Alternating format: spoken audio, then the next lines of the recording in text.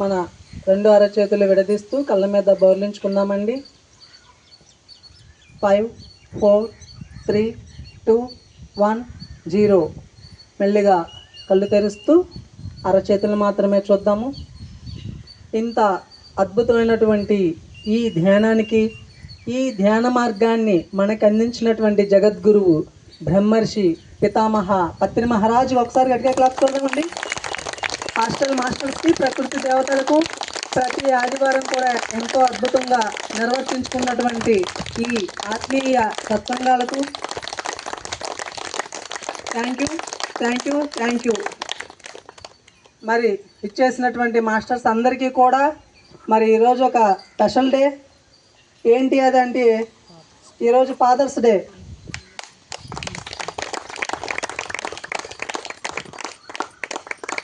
అలాగే మనకు ఈరోజు జ్ఞానాన్ని అందించడానికి ముగ్గురు మాస్టర్స్ వచ్చారు. ఎంతో అద్భుతమైనటువంటి మాస్టర్స్.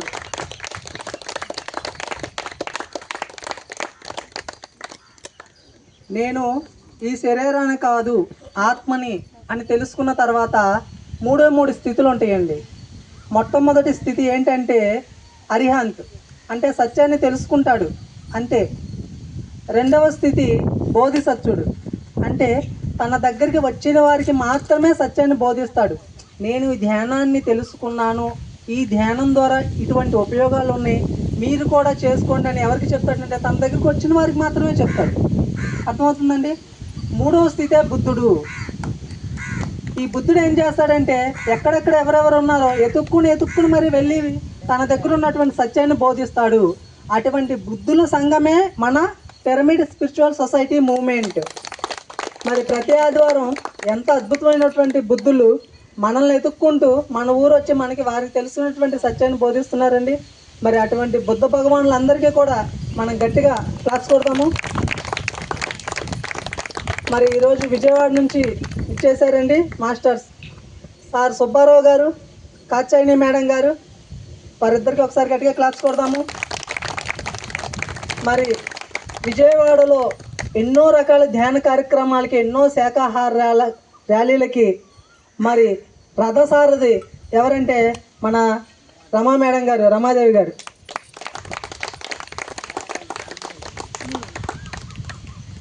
మరి ఎన్నో చోట్లకి మాస్టర్స్ని పంపించి మరి ఈ మధ్యకాలంలో మనకు కూడా ఎక్కడ మాస్టర్స్ కావాలన్నా సరే మేడం గారే చూసి పంపిస్తున్నారండి.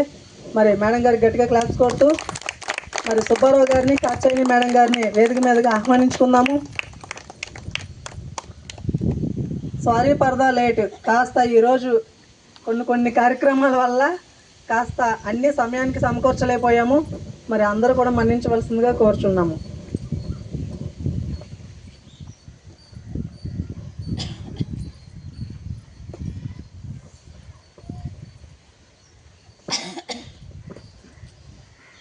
మీ అందరికీ సారీ అండి, లేట్ అయింది. నేను ఎప్పుడు 2 to 5 అంటే 2కే కరెక్ట్గా క్లాస్కి వెళ్తాను. సెంట్రల్ గవర్నమెంట్ వాళ్ళ పొరపాటు, మన పొరపాటు ఏం కాదు. వాళ్ళు ట్రైన్ లేట్ అవ్వడం వల్ల 11ంటికి ఎక్కితే వాళ్ళు తీసుకొచ్చేసారు ఒక అరగంటలో. అలాంటిది వాళ్ళు 3 గంటలు తీసుకొచ్చారు. వాళ్ళదే పొరపాటు. Okay madam. థ్యాంక్ యూ అండి. నాకు ఈ అవకాశం ఇచ్చినందుకు రాము గారికి. విశేషమైన సేవ చేస్తున్న వాళ్ళ దంపతులు, వాళ్ళ అమ్మాయి, నాకు చాలా ఆశ్చర్యం వేసిందండి. అసలు ఇంత దూరం స్టేషన్కి ఆటో, నేను నా మనసులో ఉన్నదే చెప్తున్నా, స్టేషన్కి ఆటో పంపించి మాస్టర్స్ కోసం వాళ్ళని వాళ్ళ ఇంటికి తీసుకెళ్ళి వాళ్ళు చక్కగా కమ్మని భోజనం పెట్టి మళ్ళీ ఇంత దూరం ఆటోలో తీసుకొచ్చి చేస్తున్నారని చాలా వాళ్ళకి కృతజ్ఞతలండి. చాలా సేవ చేస్తున్నారు వాళ్ళు. అలాగే మమ్మల్ని తీసుకొచ్చిన డ్రైవర్ గారికి, ఆయన పేరు తెలియదు, ఆయనకు కూడా కృతజ్ఞతలండి. అలాగే మనందరం కూడా ఒకటేనండి, వాళ్ళు వీళ్ళు అని లేదు. మనదంతా వసుదైక కుటుంబం. ఇక్కడ కులమతాలు లేవు, ఏమీ లేవు, ధనిక వర్గ భేదం లేదు. అందరం ఒకటే, అంతా ఒకటే అన్నమాట. అలాగే మేము గొప్ప కాదు, మీరు తక్కువ కాదండి. ఎందుకంటే ఇవాళ మేము వచ్చామేమో ఇక్కడ కూర్చున్నాము, రేపు మీరు వచ్చి ఇక్కడ కూర్చుంటారు. ఏం లేదు, మీరు ఒకే చోట కూర్చున్నాం, అందరం కూడా నేల మీదే ఉన్నాం కదా. అది మాకు తెలిసిన జ్ఞానం ఏదో మేము చెప్పడానికి వచ్చాము అంతేనండి. తెలియంది నేర్చుకోవాలి ఎవరైనా, తెలిసింది అందరికీ పంచాలి. పంచితే పెంచబడుతుంది, దాచుకుంటే దోచుకోబడుతుంది. అంతే కదండి. అదే చాలా థ్యాంక్స్ అండి. ముందుగా మనందరి జగద్గురు అయిన బ్రహ్మశ్రీ పితామహ పత్రిజీ గారికి, స్వర్ణమాల అమ్మకి, ఆ భూమాతకి, ప్రకృతి మాతకి, జగన్మాతకి, హాస్టల్ మాస్టర్స్కి అందరికీ కూడా, ఇక్కడికి వచ్చిన దివ్యాత్మ స్వరూపులందరికీ ఆత్మ ప్రణామాలు తెలుపుకుంటున్నాము. చాలా బాగుందండి ఇక్కడ. నిజంగా బృందావనం అని పేరు పెట్టారు.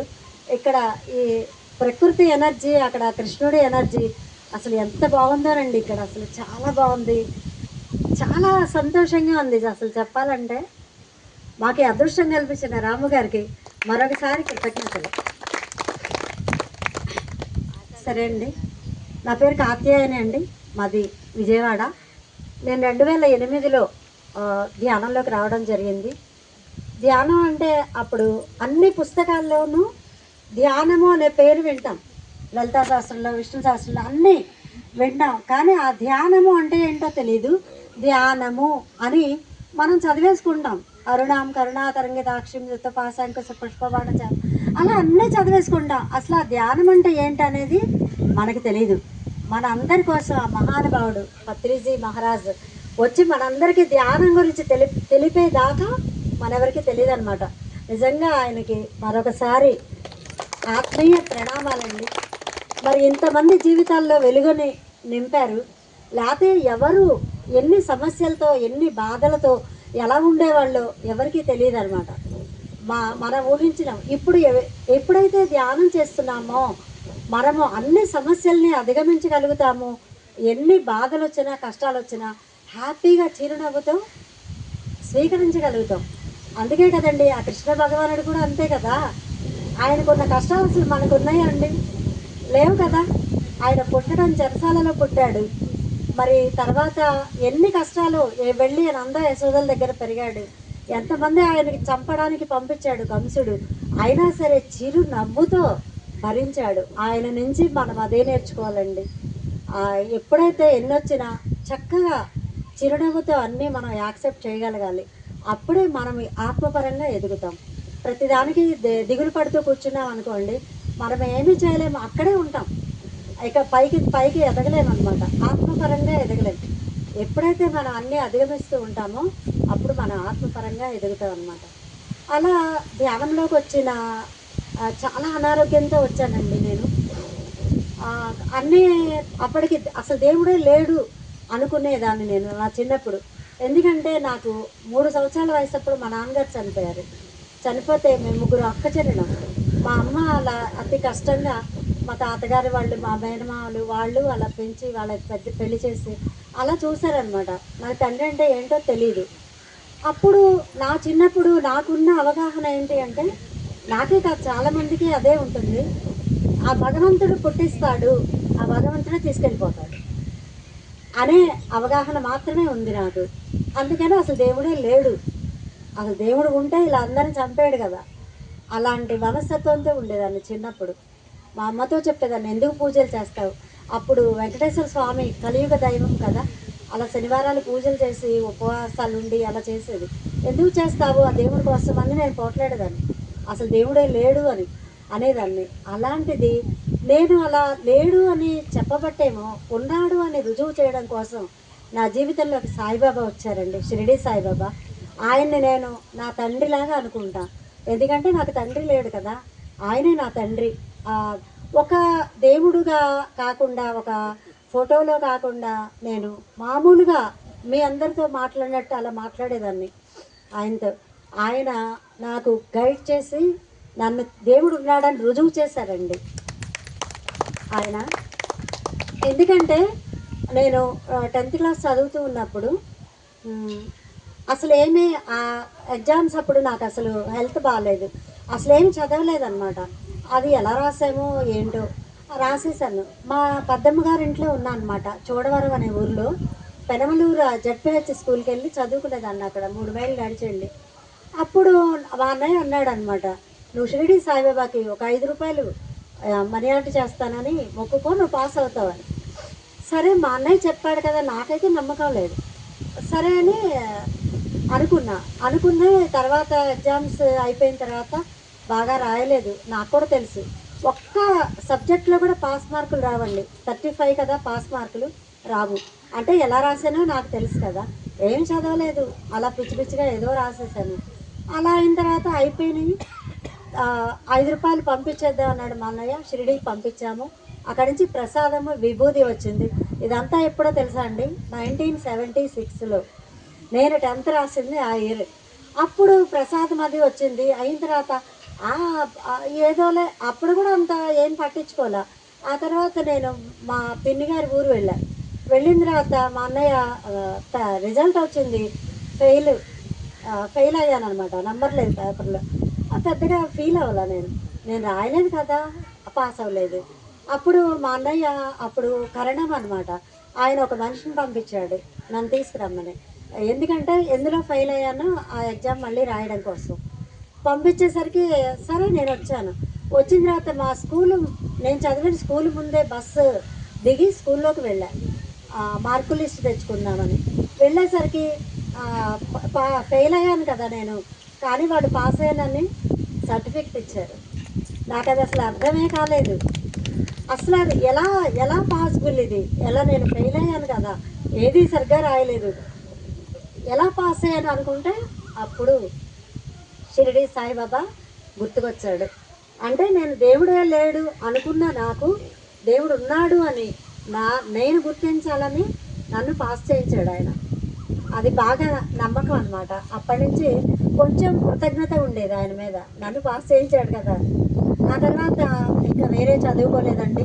తర్వాత మేము బుడదలు వచ్చేసాము అమ్మ నేను ఒక జాబ్ చేసేదాన్ని, 24 సంవత్సరాలు చేసిన తర్వాత అప్పుడు లాస్ట్లో నాకు హెల్త్ బాగా. అప్పుడు నేను దూరంగా ఉండేది గుడి. ఎప్పుడైనా ఒకసారి కృతజ్ఞతతో వెళ్ళేదాన్ని. కేవలం నన్ను 10th పాస్ చేయించారు అనే కృతజ్ఞత, భక్తి కూడా కాదు. తర్వాత అప్పుడప్పుడు వెళ్ళేదాన్ని. ఆ తర్వాత నాకు మా దగ్గరగా గుడి కట్టడం జరిగింది, మా ఇంటి దగ్గరగా. నేను రావట్లేదు, నువ్వే నా దగ్గరికి వస్తున్నావా అనుకునేదాన్ని, అలా ఫీల్ అయ్యేదాన్ని. ఆ తర్వాత మ్యారేజ్ అయిన తర్వాత మా ఊళ్ళోనే పెద్ద గుడి కట్టారు. గుడి కట్టిన తర్వాత ఇంకా దగ్గరగా వచ్చావా నా కోసం అనుకున్నానండి. అనుకున్న తర్వాత గుడికి వెళ్ళేదాన్ని అప్పుడప్పుడు. అప్పుడు హెల్త్ బాగోక జాబ్ రిజైన్ చేసి ఇంకా అప్పుడు నక్షత్రమాలిక పారాయణ, చరిత్ర చదవడం. మీరందరూ బాబా చరిత్ర చదివారా? ఎంత జ్ఞానం ఉందో తెలుసా అండి అందులో. నిజంగా అంటే అన్ని పుస్తకాల్లోనూ జ్ఞానం ఉంటుంది, కానీ ఆ ఒక్క బాబా చరిత్రలో మొత్తం జ్ఞానం ఉంది. అసలు మనుషులు ఎలా జీవించాలి, ఎలా ఆలోచించాలి, ఎలా జీవించాలి, ఏమేం చేయాలి, అసలు ఎలా ఉండాలి మనిషి అనేది అంతా ఉందండి అందులో. చాలా బాగుంది. అప్పుడు నేను కొంత ఆ జ్ఞానం నాకు నచ్చి ప్రతి జీవిలో నేనే ఉన్నాను, ఫస్ట్ నచ్చిన మాట ఇది. అప్పటి నుంచి నేను అందరిలో బాబాని చూడటమే మొదలుపెట్టా. బాబానే కనపడేవారు అందరిలో. అంత ఇష్టం అండి నాకు ఆయన అంటే, ఒక తండ్రిలాగా అనుకునేదాన్ని. సరే కరెక్ట్ పోయిందా? ఆ తర్వాత నాకు హెల్త్ బాగుండక నేను జాబు రిజైన్ చేసేసిన తర్వాత ఎప్పుడైతే బాబా మార్గంలోకి వచ్చానో, అవన్నీ చేస్తున్నాను, గుడికి వెళ్తున్నాను, అప్పుడు నాకు చాలా మార్పు తెలిసిందనమాట. ఏ మెడిసిన్ వాడకుండానే కేవలం బాబానే చరిత్ర చదవడం వల్ల నాకు 50% తగ్గిపోయింది. జాయింట్ పెయిన్స్ వచ్చినాయండి నాకు. ప్రతి జాయింట్ అసలు పెయిన్, ఈ వేళ్ళు అయితే ఇంతంతలా వాచిపోయేది. ఆ 50% తగ్గింది. తగ్గిన తర్వాత నేను ఇంకా మార్గంలో ఉండిపోయిన తర్వాత నాకు స్వప్నాల్లో అనమాట బాబా దర్శనమిచ్చి నన్ను గైడ్ చేస్తూ వచ్చారనమాట.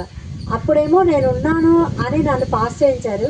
ఆ తర్వాత ఒకరోజు కళ్ళలో ఆయన ఫోటోలోంచి బయటకు వచ్చేసి ఆయన నా మొహం వంక, ఆయన పాదాల వంక చూస్తున్నారు. అంటే మనం పూజ చేస్తే ఎక్కడ చేస్తామండి, పాదాలకే కదా. పాదాలే అసలు ఫేస్ కాదు, పాదాలే దండం పెట్టుకోవాలన్నమాట. మనం ఏ గుడికి వెళ్ళినా సరే అక్కడ ఆ పాదాలు చూస్తున్నారు ఆయన.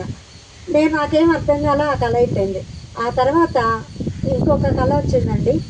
ఆ కళలో ఆ మూల నుంచి ఈ మూల వరకు ఒక ఇంత ఎత్తు గట్టులాగా ఉందండి.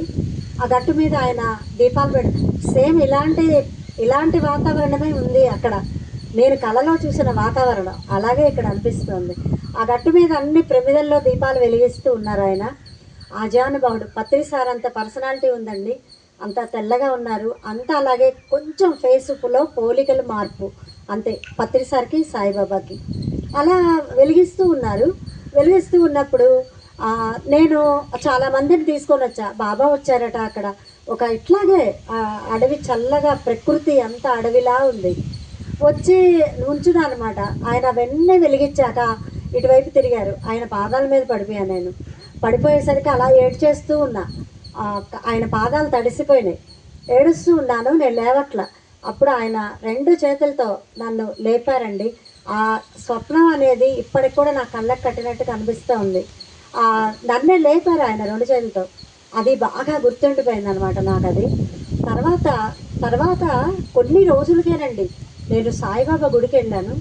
వెళ్తే అక్కడ రమాదేవి మేడం అని, నాగరమాదేవి ఆవిడ పేరు. ఆవిడ అక్కడ చెప్తున్నారు, ధ్యానం క్లాసులు పెట్టాను నేను 40 days అని. అంటే అయ్యో నాకు తెలియదే అన్న.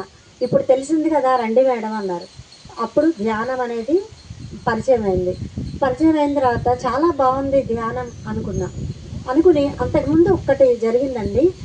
గుడికి వెళ్తూ వెళ్తూ తెల్లవారుజామున కూడా హారతులు 4 హారతులు నాకు నోటెడ్ వెళ్ళి మైక్లో పాడేదాన్ని.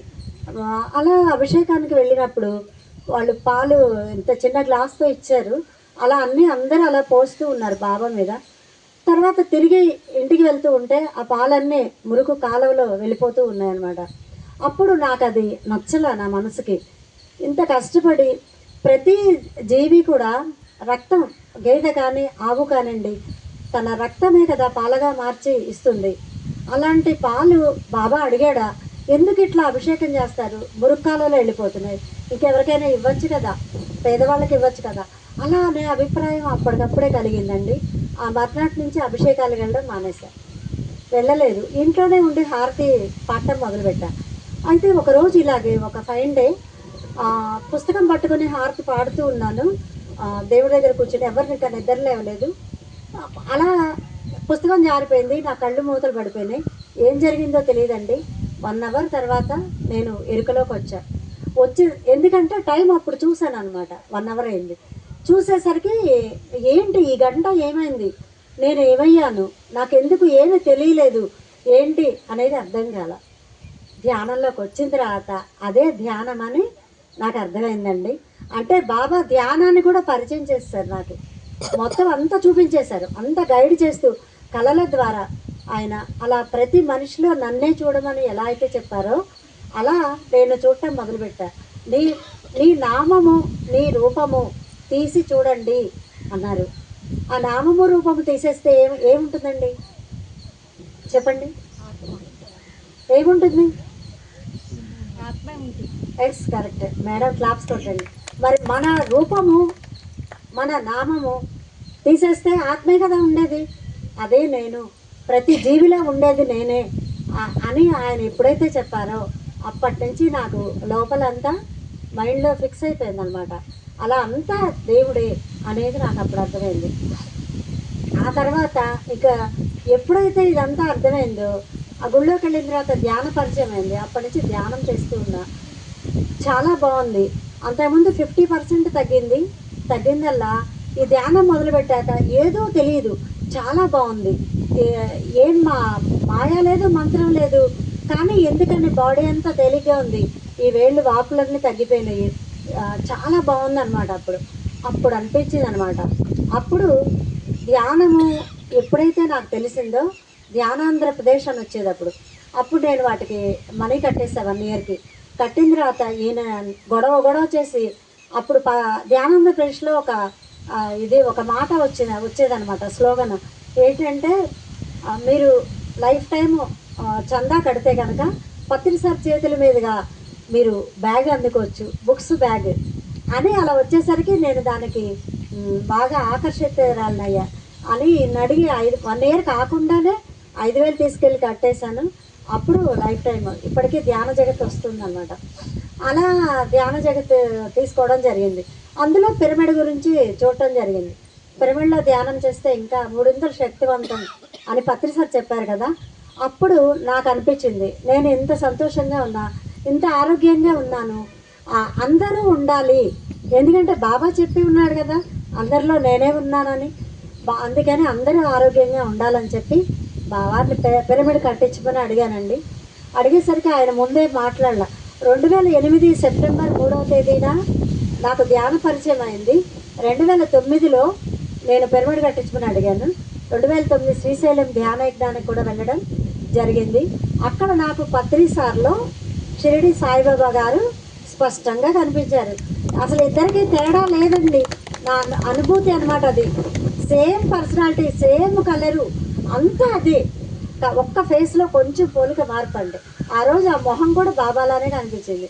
అలాగే బెంగళూరు వెళ్ళినప్పుడు కూడా అలాగే బాబా ఎలా అయితే నడుస్తారో అలాగే పత్రి సార్ నడిచారు. అప్పుడు మొత్తం అర్థమైందండి సత్యం. బాబా వేరు, కృష్ణుడు వేరు, అమ్మవారు వేరు, రాముడు వేరు, ఇలా పత్రిజీ వేరు కాదు, అంతా ఒకటే. అసలు మనందరం కూడా భగవంతులమని పత్రి సార్ చెప్పారు.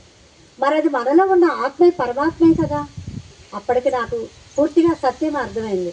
అందుకని అందరిలో ఉన్నది ఆ దేవుడే కాబట్టి ఇంకా ఎవరిని మనం ఏమన్నా ఏమి బాధ పెట్టినా అది మనం బాధ పెట్టుకున్నట్టే అనేది నాకు అర్థమైంది. అయితే ఈయన పిరమిడ్ వెంటనే కట్టించలేదండి. 2009లో అడిగితే 2012లో కట్టించారు. ఈలోపు నేను ఆగలేక నా బంగారం 5 కాసులు పలకసర్లు ఉందండి. నేను అది అమ్మేసి, అంటే ఆత్రం ఏది అనుకుంటే అది అయిపోవాలన్నమాట, వెంటనే అయిపోవాలి. అలాంటి తత్వం అండి నాది. అందుకని ఇది అమ్మేసి కట్టించండి, నాకు అసలు బంగారం మీద మోజు లేదు, అసలు వద్దు నాకు అంటే ఆయన ఏం చేస్తారంటే ఆలోచించుకొని నా బంగారం అమ్మకుండానే 2012 మార్చి 7వ తారీఖు ఓపెనింగ్ అయింది, పిరమిడ్ కట్టించారు. నిజంగా ఆయనకి కృతజ్ఞతలు తెలుపుకుంటున్నానండి మీ అందరి సమక్షంలో. అయితే చాలా హ్యాపీగా అనిపించింది. ఆ తర్వాత అందరూ వచ్చి ధ్యానం చేసుకుంటుంటే ఇంకా చాలా ఆనందంగా అనిపించింది అనమాట. అందరి సమస్యలు, అనారోగ్యాలు అన్నీ పోగొట్టుకున్నారు. అక్కడ దాకా అందుకు నేనే పోగొట్టుకున్నా. ఒకసారి వచ్చి చెప్పారనమాట, ఈ పిరమిడ్ హాస్టల్ సర్జరీస్ చేయడం కోసం నిర్మించబడింది అని ఒకసారికి మాస్టర్స్ చెప్పారట. ఆయన చెప్పారు. అప్పటి నుంచి ఇంకా క్లాసులు పెట్టడం, ఇంకా అలా నా ధ్యాన జీవితం అలా సాగుతూ ఉందండి. ఇప్పటికీ కూడా ఆ పిరమిడ్ పేరు కూడా ద్వారకామాయి అని పెట్టడం జరిగింది. మా ఇంటి పేరు కూడా ద్వారకామాయి అండి. నాకు అప్పటికి కరెక్ట్ అర్థం తెలియకపోయినా కృష్ణుడి ద్వారక ఏదో ఈ ద్వారకామాయి అదే ఒక్కటే అనుకునేదాన్ని. ఆ తర్వాత అసలు అర్థం తెలిసింది నాకు. పిరమిడ్ ఓపెనింగ్ రోజు పిప్పళ ప్రసాద్ గారి ప్రోగ్రాం పెడితే ఆయన చెప్పారు అర్థం. ద్వారకామాయి అంటే, ద్వారక అంటే ఆ కృష్ణుడు నివసించిన ద్వారక, దానికి 4 వైపులా అంటే 4 వర్ణాలు అని కృష్ణుడు చెప్తాడు కదా భగవద్గీతలో. అలాగే 4 దారులు ఉంటాయి, 4 రకాల వాళ్ళు ఎవరైనా సరే రావచ్చు. ఆయి అంటే తల్లి, ఈ ద్వారకామాయి అనేది అందరికీ తల్లి వంటిది అనే అర్థం ఆయన చెప్పారనమాట. అప్పుడు తెలియకుండా పెట్టిన పేరు చాలా ఆనందంగా అనిపించిందండి. మా పిరమిడ్ పేరు ద్వారకామాయి. అంటే అలాగే అది తల్లిలాగా అందరికీ సమస్యలు పోగొట్టే అనారోగ్యాలు ఎంతమంది అండి. అదిగో ఆ మేడం గురించే చెప్తాను నేను. ఆవిడే సర్జరీ చేయించుకోవాలి అసలైతే. తను అలాంటిది అక్కడ ధ్యానం చేసుకొని తను తగ్గించుకుని తనకి హాస్టల్ సర్జరీ జరిగింది పిరమిడ్లో. నిజంగా ఇంతటి ధ్యానాన్ని, ఈ పిరమిడ్ శక్తిని అందజేసిన మన గురువు గారికి శతసహస్ర వందనాలండి. ఇలా జరుగుతుంది. ప్రతి గురువారం క్లాసులు పెడుతూ ఉన్నాము. మొన్న ఎండలని కొంచెం ఆపాము, నెక్స్ట్ వీక్ నుంచి మళ్ళీ స్టార్ట్ చేస్తాం అనమాట. ఇదే టైము 2 to 5 ఇలా జరుగుతూ ఉన్నాయి. ఆ తర్వాత నాకు ఎప్పుడైతే పత్రిజీలో సాయిబాబా కనిపించారో ఆ తర్వాత అంతా ఒకటే నేను అర్థమైంది. షిరిడి సాయిబాబా నాకు పత్రిజీని చూపించారు. లైవ్లో ఉన్న గురువు కదా ఆయన్ని చూపించారు. ఆయన నాకు జిల్లెళ్ళమూడి అమ్మని చూపించారు పత్రిజీ. ఎందుకంటే సార్ ఒక మాట చెప్తారు అందరికీ, మీరు అన్ని చోట్లకి వెళ్ళండి అందరు గురువుల దగ్గరికి వెళ్ళండి, ఎవరు ఏమి చెప్పినా స్వీకరించండి, మీకు నచ్చింది మీరు చేయగలిగింది ఆచరించండి. ఎంత అద్భుతమైన మాట చెప్పారండి ఆయన. అందరి దగ్గరికి వెళ్ళమన్నారు. ఆ పత్రిజీ కూడా ఈ జిల్లెళ్ళముడి ఎవరైనా విన్నారండి పేరు? వెళ్ళారా? చాలా అద్భుతమైన శక్తి క్షేత్రం అండి అది. ఎక్కడ? బందరొచ్చి చెప్పానా? ఓకే. అయితే ఆ అమ్మ గురించి ఏంటంటే ఒక ధ్యాన జగత్తు కదా ఇప్పుడు మనకు వచ్చేది. 2019 మార్చి నెలలో ఆ జిల్లెళ్ళముడి అమ్మ ముఖ చిత్రంతో వచ్చింది ధ్యాన జగత్తు. అయితే పత్రి సార్ కూడా 1976లో అక్కడికి వెళ్ళారట. వెళ్ళి ఆవిడ దగ్గర చాలా ఆత్మానుభూతి పొందారట. పొందిన తర్వాత మనకు వచ్చి ధ్యానం చెప్పడం జరిగిందనమాట. ఆ బుక్లో ఉందండి ఇదంతా ఆయన వెళ్ళొచ్చినట్టు. ఇప్పుడు ఉన్న పీఠాధిపతులు మహానుభావులు ఎవరైతే ఉన్నారో వాళ్ళందరూ కూడా ఆ అమ్మ దగ్గరికి వెళ్ళి అక్కడ ఆవిడ ఆశీర్వచనం పొంది వచ్చిన వాళ్ళేనండి. మన కుర్తాళం పీఠాధిపతి ఆయన పేరేంటండి మర్చిపోయి కాదండి, సిద్ధేశ్వరానంద భారతీశ్వర ఆయన. అలా ఇంకా చాలా మంది ఉన్నారండి, చాలా పేర్లు ఉన్నాయి. వాళ్ళందరూ కూడా అక్కడికి వెళ్ళొచ్చారు పత్రిజీతో సహా. ఎందుకంటే అదొక శక్తి క్షేత్రం అండి. అక్కడికి చెప్పినా మళ్ళీ ఒకసారి చెప్పుకుందామండి.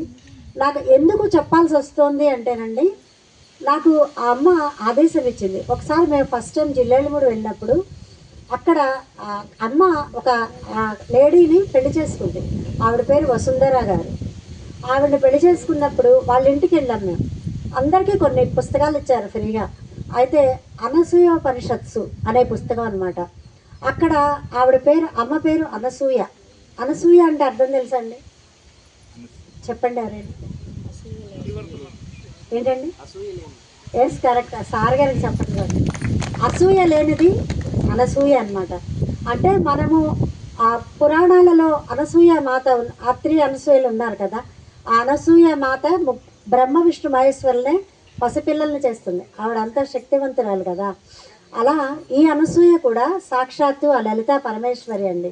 ఆవిడే ఒక శక్తి ఒక రూపం తీసుకుని వస్తే ఎలా ఉంటుంది అంటే ఇలా అనసూయ మాతలాగా ఉంటుంది ఆ శక్తి.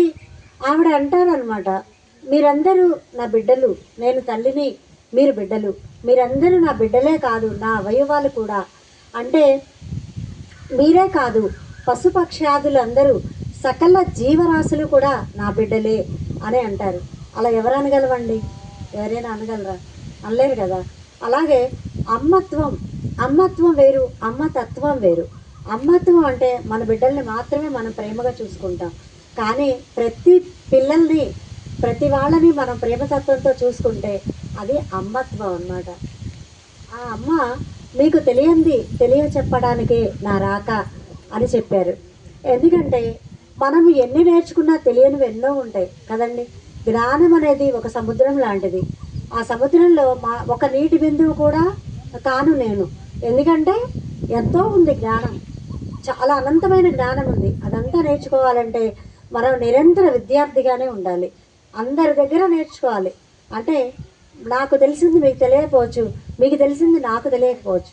అందుకని అందరూ ఒకటేనండి, అందరూ సమానమే. ఎవరు ఎవరికన్నా ఎక్కువ కాదు, ఎవరు ఎవరికన్నా తక్కువ కాదు.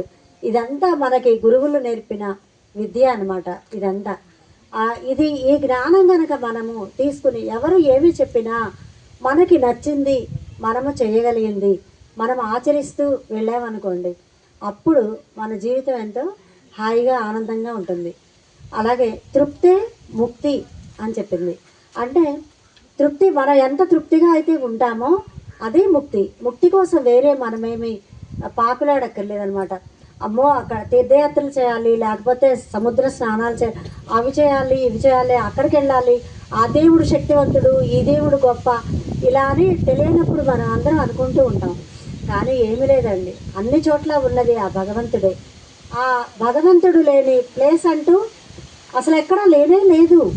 అణువణువున భగవంతుడే ఉన్నాడు. ఆ దైవమే శక్తి, శక్తే అమ్మ, అమ్మే ఆత్మ.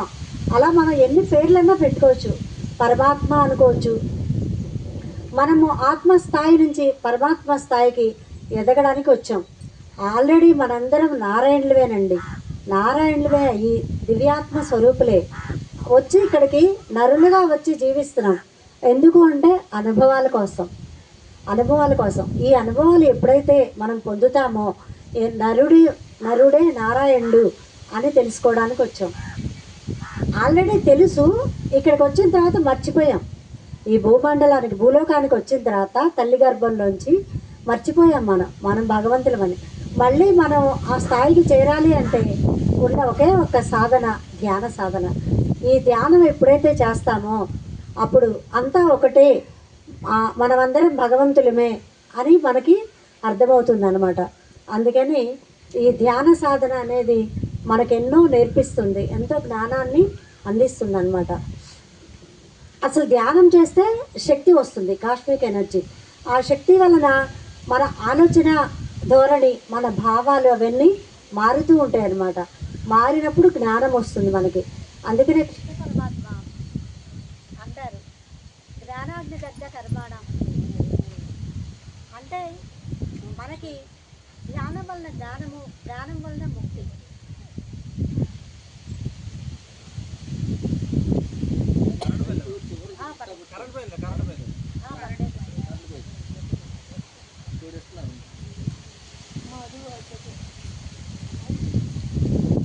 మనము ఎంత తృప్తిగా ఉంటామో అదే ముక్తి అండి.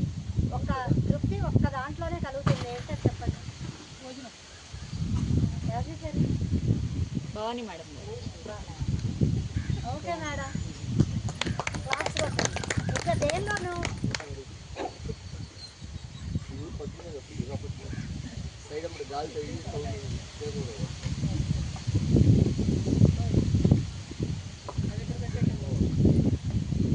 మనము భోజనం చేసినప్పుడే ఇక చాలు అంట.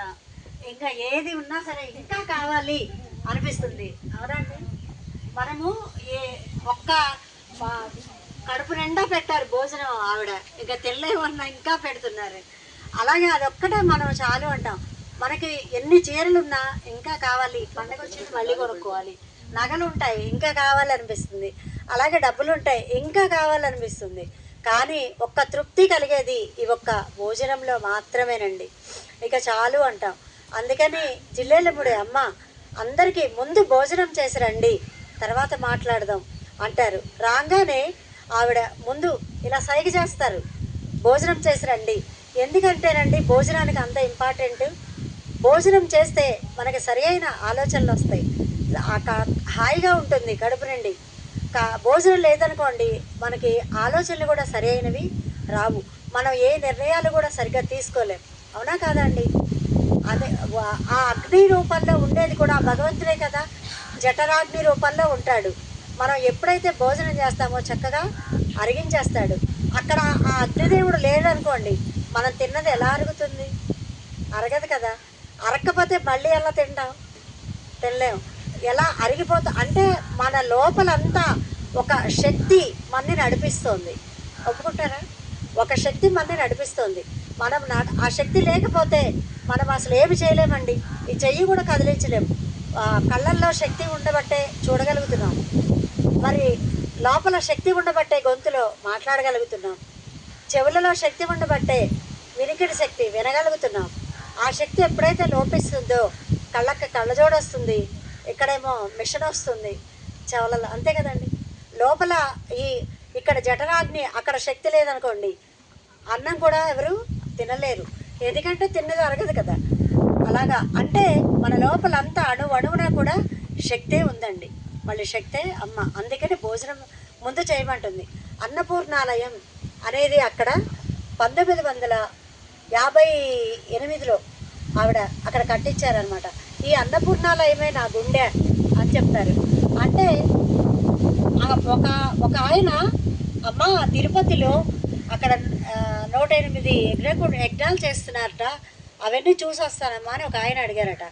అడిగితే ఆ అమ్మ ఏం చెప్పారంటే, నాన్న నువ్వు అంత దూరం వెళ్ళాలా యజ్ఞకుండం చూడాలంటే, ఇక్కడ అన్నపూర్ణాలయంలో ఉన్న గాడిపోయి చూడు సరిపోతుంది, ఎంతోమందికి ఆకలి తీరుస్తుంది అని చెప్పారట అమ్మ. అంటే చూడండి, మనము అన్నీ ఏదో ఫలము పుణ్యం కోసం పరిగెడతాం. పుణ్యం అసలు మనకి పుణ్యం ఎందుకండి? పుణ్యము వద్దు, పాపము వద్దు కదా. సార్ చెప్పింది అదే. పుణ్యం వస్తే భోగాలు వస్తాయి, పాపం వస్తే రోగాలు వస్తాయి. మరి ఈ రెండు లేకుండా ఉండాలి అంటే ప్రతిఫలాపేక్ష లేకుండా చేయాలి మనం చేసే ప్రతి పని కూడా. అప్పుడే మనకి ఏ ఫలము రాదు. మన ఫలం ఆశించి చేసామంటే వస్తాయి అవన్నీ. వాటి కోసం మళ్ళీ జన్మ వస్తుంది. కర్మ ఉంటే జన్మ వస్తుంది. జన్మరాహిత్య రావాలంటే మనము ఏమీ కోరుకోకూడదు, అసలు కోరికలే లేకూడదు. అమ్మ ఒక చిన్నప్పుడు 5 ఏళ్ళప్పుడు ఒక ఆయన వచ్చాట. ఒక సాధువు వచ్చి, నీకు అమ్మ లేదు కదా, నీకు ఏమన్నా కోరిక కోరుకో అంటే, ఆ కోరికలు లేని స్థితి నాకు ప్రసాదించండి అందట. అలాగే చూడండి మరి అమ్మ ఎన్ని మాటలు చిన్న చిన్న పదాలతో అంత అద్భుతమైన జ్ఞానాన్ని బోధించారు ఆవిడ. మీరు తృప్తిగా తిని ఇతరులకు ఆదరంగా పెట్టుకోండి. అందులో ఎంత జ్ఞానం ఉందండి. మీరు తృప్తిగా తినండి. ఎందుకంటే పచ్చడేసుకుని తినాల్సిన అవసరం లేదు. చక్కగా అన్నీ చేసుకొని హాయిగా తినండి. మన ఇంటికి ఎవరు వచ్చినా సరే వాళ్ళకి ఆదరంగా పెట్టండి. ఆ మాట నేను పట్టుకున్నా. కొన్ని నేను ఆచరణలో పెట్టానండి. అందుకే చెప్తున్నా, ఎవరొచ్చినా మా ఇంటికి దేవుళ్ళు దేవతలు వచ్చారు. వాళ్ళ బ్యాక్గ్రౌండ్ అనవసరం, వాళ్ళ కులమతాలు అనవసరం, వాళ్ళ అడ్రస్ అనవసరం. ఎవరు వచ్చినా సరే వాళ్ళని మా ఇంటికి దేవతలు వచ్చారు, దేవుళ్ళు వచ్చారు అని చాలా ఆనందంగా పెట్టడం నేను ఆ అమ్మ మాట విని నేర్చుకున్నానండి. అలా ఏదైనా సరే మన దగ్గర ఏదైతే ఎక్కువ ఉంటుందో మనకు అది ఎక్కువ ఉంటుంది. ఆ ఎక్కువ ఉన్నప్పుడు ఇతరులకి ఇవ్వాలి. ఎవరికి ఏది లేదో దాన్ని మన దగ్గర ఉన్నది ఇవ్వగలిగితే, మనకి లేకుండా కాదు, ఇవ్వగలిగితే దానికంటే ఇంకా యజ్ఞాలు యాగాలు ఇవన్నీ ఎందుకండి? పూజలు అభిషేకాలు ఇవన్నీ అవసరమా? అసలు అభిషేకము, అసలు శివుడికి అభిషేకం ఎందుకు చేస్తారో తెలుసా అండి? ఆయనకి శివాలయం లింగం ఆకారం, అసలు భగవంతుడికి ఆకారం లేదు, అందుకే ఆ లింగం ఆకారం. అయితే పైన ఒక పాత్ర ఉంటుంది కదండి శివాలయంలో, ధారా పాత్ర అంటారు దాన్ని. అక్కడి నుంచి ఒక బొట్టు నీళ్లు పడతా ఉంటాయి లింగం మీద. అవి ఎందుకు ఏమి నేర్పించడానికి అలా చేస్తారంటేనండి, ఒక్కొక్క చుక్క లింగం మీద పడి అంతా కింద పడిపోతూ ఉంటాయి, లింగం మీద నిలవవు కదా. అలాగే మీ జీవితాలు కూడా అంతే. ప్రతి క్షణం జారిపోయేదే, ప్రతిదీ సుఖం వచ్చినా పోయేదే, కష్టం వచ్చినా పోయేదే, అన్నీ పోతాయి, అన్నీ కలిసే ఉంటాయి. పగలు రాత్రి అన్నీ రెండుగా కనిపిస్తాయి, కానీ ఒకటిగా అనిపించాలి మనకి. అప్పుడు మనము జ్ఞానవంతులం అయినట్టు. అమ్మ అంటారు, నాకు అన్నీ రెండుగా కనిపిస్తాయి కానీ ఒకటిగా అనిపిస్తుంది. అంతే కదండి, అన్నీ రెండుగానే కనిపిస్తాయి. ఇప్పుడు మనం ఉన్నామండి, కనపడేది శరీరం, లోపల ఏముంది? ఆత్మ ఉంది కదా. అప్పుడు రెండు ఉన్నాయి కదా, కానీ కనపడేది ఒకటే. పగలు రాత్రి, సూర్యుడు చంద్రుడు. మరి ఆయన పగలు కనిపిస్తాడు, సాయంత్రం కనిపించడు అంటే ఉన్నట్టా లేనట్టా? ఉన్నాడా లేడా? ఉన్నాడు కదా. మనకి కనిపించడు అంతే. ఆయన ఉన్నాడు, ఎందుకు కనిపించాడు? భూమి తిరుగుతూ ఉంటుంది కాబట్టి ఆయన మనకి కనిపించడు, భూమి అడ్డొస్తుంది. అలాగే ఆయన అక్కడే ఉన్నాడు, భూమి తిరగడం వల్ల మనకి అలా తేడా కనిపిస్తుంది. అలాగే సూర్యుడు చంద్రుడు, పగలు రాత్రి, వెన్నెల చీకటి, అలా అన్నీ కష్టం సుఖం ప్రతిదీ కలిసే ఉంటాయి అన్నమాట. మనకి అలా ఒక్కొక్కటే వస్తూ ఉంటాయి, అలా వచ్చి వెళ్తూ ఉంటాయి. మనమేమో కష్టం వచ్చినప్పుడు బాధపడతాము, సుఖం వచ్చినప్పుడు సంతోషపడతాం. ఆ రెండు ఒకేలాగా మనం తీసుకోగలిగితే అదే స్థిత ప్రజ్ఞత. ఆ రెండింటి ఒకేలా మనం తీసుకోగలిగితే అదే చాలండి, అదే జ్ఞానం, అదే ముక్తి, అదే మోక్షం. అలా అన్నమాట. అలా పడితే అన్నమాట మీ జీవితంలో ఒక్కొక్క క్షణం మరి మనకి కోల్పోతున్నట్టే కదా మన లైఫ్లో. అది తెలియచెప్పడం కోసం అలా అభిషేకాలు చేసిన, లేకపోతే ఆ ధారాపాత్ర నుంచి నీరు పడ్డ శివలింగం మీద, అది అన్నమాట దాని అర్థం. ప్రతి క్షణం జారిపోతుంది. దీపం ఉండగానే ఇల్లు చక్కబెట్టుకోవాలి అంటారు. అంటే దాని అర్థం అంటే కరెంట్ ఉండగానే మనం అన్ని పనులు చేసుకోవడం కాదండి. లోపల ఆత్మజ్యోతి, ఆత్మ ఉన్నప్పుడే నువ్వు సరైన మార్గంలో ఎంచుకో, సరైన మార్గంలో జీవించు, ధ్యానం చేసుకో, జ్ఞానం సంపాదించు అని అర్థం అన్నమాట. మనం ప్రాపంచికంగా అర్థం చేసుకుంటే దీపం ఉండగానే ఇల్లు సర్దుకోవాలి. కానీ మన ఈ లోపల జ్యోతి ఉన్నప్పుడే, ఆ జ్యోతి లేకపోతే మనం ఉండం కదా, ఈ శరీరం ఉండదు. అప్పుడే నువ్వు మంచి మార్గంలోకి రమ్మని అర్థం అన్నమాట. అలా నువ్వు తృప్తిగా తిని నలుగురికి ఆదరంగా పెట్టుకో. ఆ తర్వాత జీవితం అనేది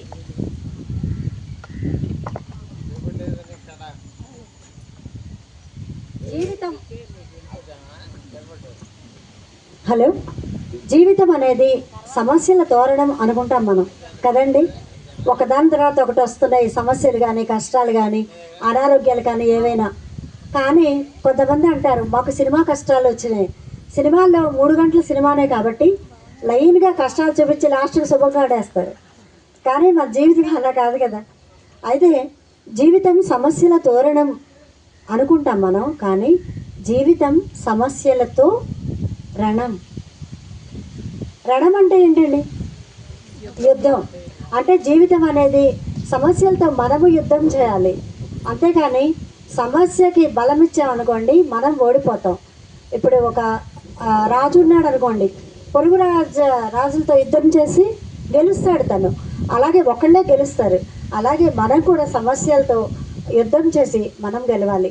ఆఫ్టర్ ఆల్ నువ్వెంత వచ్చావు, నువ్వే వెళ్ళిపోతావు, నేను నిన్ను అధిగమించగలను, నేను నిన్ను అర్థం చేసుకోగలను అని ఎప్పుడైతే మనం అనుకుంటామో ఆ సమస్య వచ్చిన దాన్నే వెళ్ళిపోతూ ఉంటుంది. దీనికి ఒక చిన్న కథ చెప్తానండి. ఏంటంటే ఒక 4 సాధువులు అడవిలో వెళ్తూ ఉంటే ఒక పెద్ద పాము ఎదురొస్తే ఈ 4గురిలో ఒక అతనికి చాలా భయం వేస్తుంది. ఆ పాము నన్ను కాటేస్తుంది కదా అని చెప్పి అతను పారిపోయినప్పుడు ఈ పాము ఏం చేస్తుంది, అతను వెంటపడి వేటాడి చంపేసినప్పుడు ఇంకా 3 ఉంటారు, వాళ్ళు నడుస్తూ ఉంటారు. అప్పుడు ఆ పాము మళ్ళీ వస్తుంది. అప్పుడు ఇంకొక అతను భయపడి పరిగెత్తుతాడు. అప్పుడు అతని వెంటపడి చంపేస్తుంది. తర్వాత అలాగే 3వ అతను కూడా వెంటపడి చంపేస్తుంది. ఇక ఒక్కడు ఉంటాడు, నడుస్తూ ఉంటాడు. పాము ఎదురొచ్చేసరికి ఇతను ధైర్యంగా నిలబడి ఓ నాకేం భయం లేదు, నువ్వు నాలోనే ఉన్నావు కదా, నేను నిన్ను చూసి భయపడను, నాలో ఏదైతే ఉందో నీలో అదే ఉంది, అదే ఆత్మ ఉంది కదా, ఉంది, నేను భయపడను, నువ్వు నాలోనే ఉన్నావు అని అంటాడండి ధైర్యంగా నిలబడి. అప్పుడు ఆ పాము వెళ్ళిపోతుంది. దీన్ని బట్టి ఏం నేర్చుకోవాలి? ఆ పాము కూడా మనకు వచ్చే సమస్యలు, బాధలు అలాంటిది వచ్చినప్పుడు మనం ఎదురుగా ధైర్యంగా ఎదుర్కొన్నాం అనుకోండి పారిపోతుంది. అదే మనం భయపడ్డాం అనుకోండి మనం ఇంకా భయపెడుతుంది. అంటే భయపడినప్పుడు మనము ఇంకా పాతాళానికి వెళ్ళిపోతాం. ఇంకా అప్పుడు ఏం చేయలేమన్నమాట, మన వల్ల ఏమీ కాదు అనిపిస్తుంది అనమాట. ఇప్పుడు మనం వచ్చే సమస్యల్ని ధైర్యంగా తట్టుకొని మనం ఎప్పుడైతే ఎదుర్కోగలమో అప్పుడు మనము ముందుకు వెళ్తాం. ఎలా ఎదుర్కోగలమంటే ఈ ధ్యానము అనే ఆయుధం ఉంది కదా, వజ్రాయుధం. దానివల్ల శక్తి వస్తుంది, మనకి జ్ఞానము వస్తుంది, మరి మానసిక ధైర్యం వస్తుంది, ఆత్మస్థైర్యం వస్తుంది. ఇవన్నీ వస్తాయి అన్నమాట ధ్యానం వల్ల. అందుకనే మనము ఈ ధ్యానం అనే వజ్రాయుధాన్ని ఎప్పుడు కూడా వదిలిపెట్టకూడదు. ఎనీ టైము మనము అలా ధ్యాన సాధన చేస్తూనే ఉండాలన్నమాట. ఇలాగే ఒకసారి నాకు, ఎందుకంటే ఇది కంపల్సరీ చెప్తానండి నేను ప్రతి క్లాస్లో. మా అబ్బాయి పెళ్ళైంది 2011లో. ఆ తర్వాత ఏవో చిన్న సమస్యలతోటి బాగా ఆలోచనలు ఎక్కువైపోయినాయి నాకు. ఎప్పుడైతే ఎక్కువ ఆలోచిస్తున్నానో అప్పుడు ఎవరికైనా సరే అనారోగ్యం వస్తుందండి. నా అనుభవం ఇది. ఎవరికైనా సరే మానసిక ఒత్తిడి వలన అనారోగ్యాలు వస్తాయి. అంటే ఏవో అన్నీ మనం పూర్వజన్మలో కర్మలు అని అనుకోవాల్సిన అవసరం లేదండి. మనం తెచ్చుకున్న కర్మలు 20%, కానీ మనం పుచ్చుకున్న కర్మలు 80%. ఇది ఎలాగా అంటే మన పైనుంచి మన పిల్లలు ఎక్కువ బరువులు మోస్తుంటే మొయ్యనిస్తామండి మనం? మొయ్యనేమో. స్కూల్ బ్యాగులకు కూడా ఆటోల్లోనో బస్సుల్లోనో బండి మీద తీసుకెళ్ళి తిప్పుతారు, పిల్లలు మొయ్యలేరని.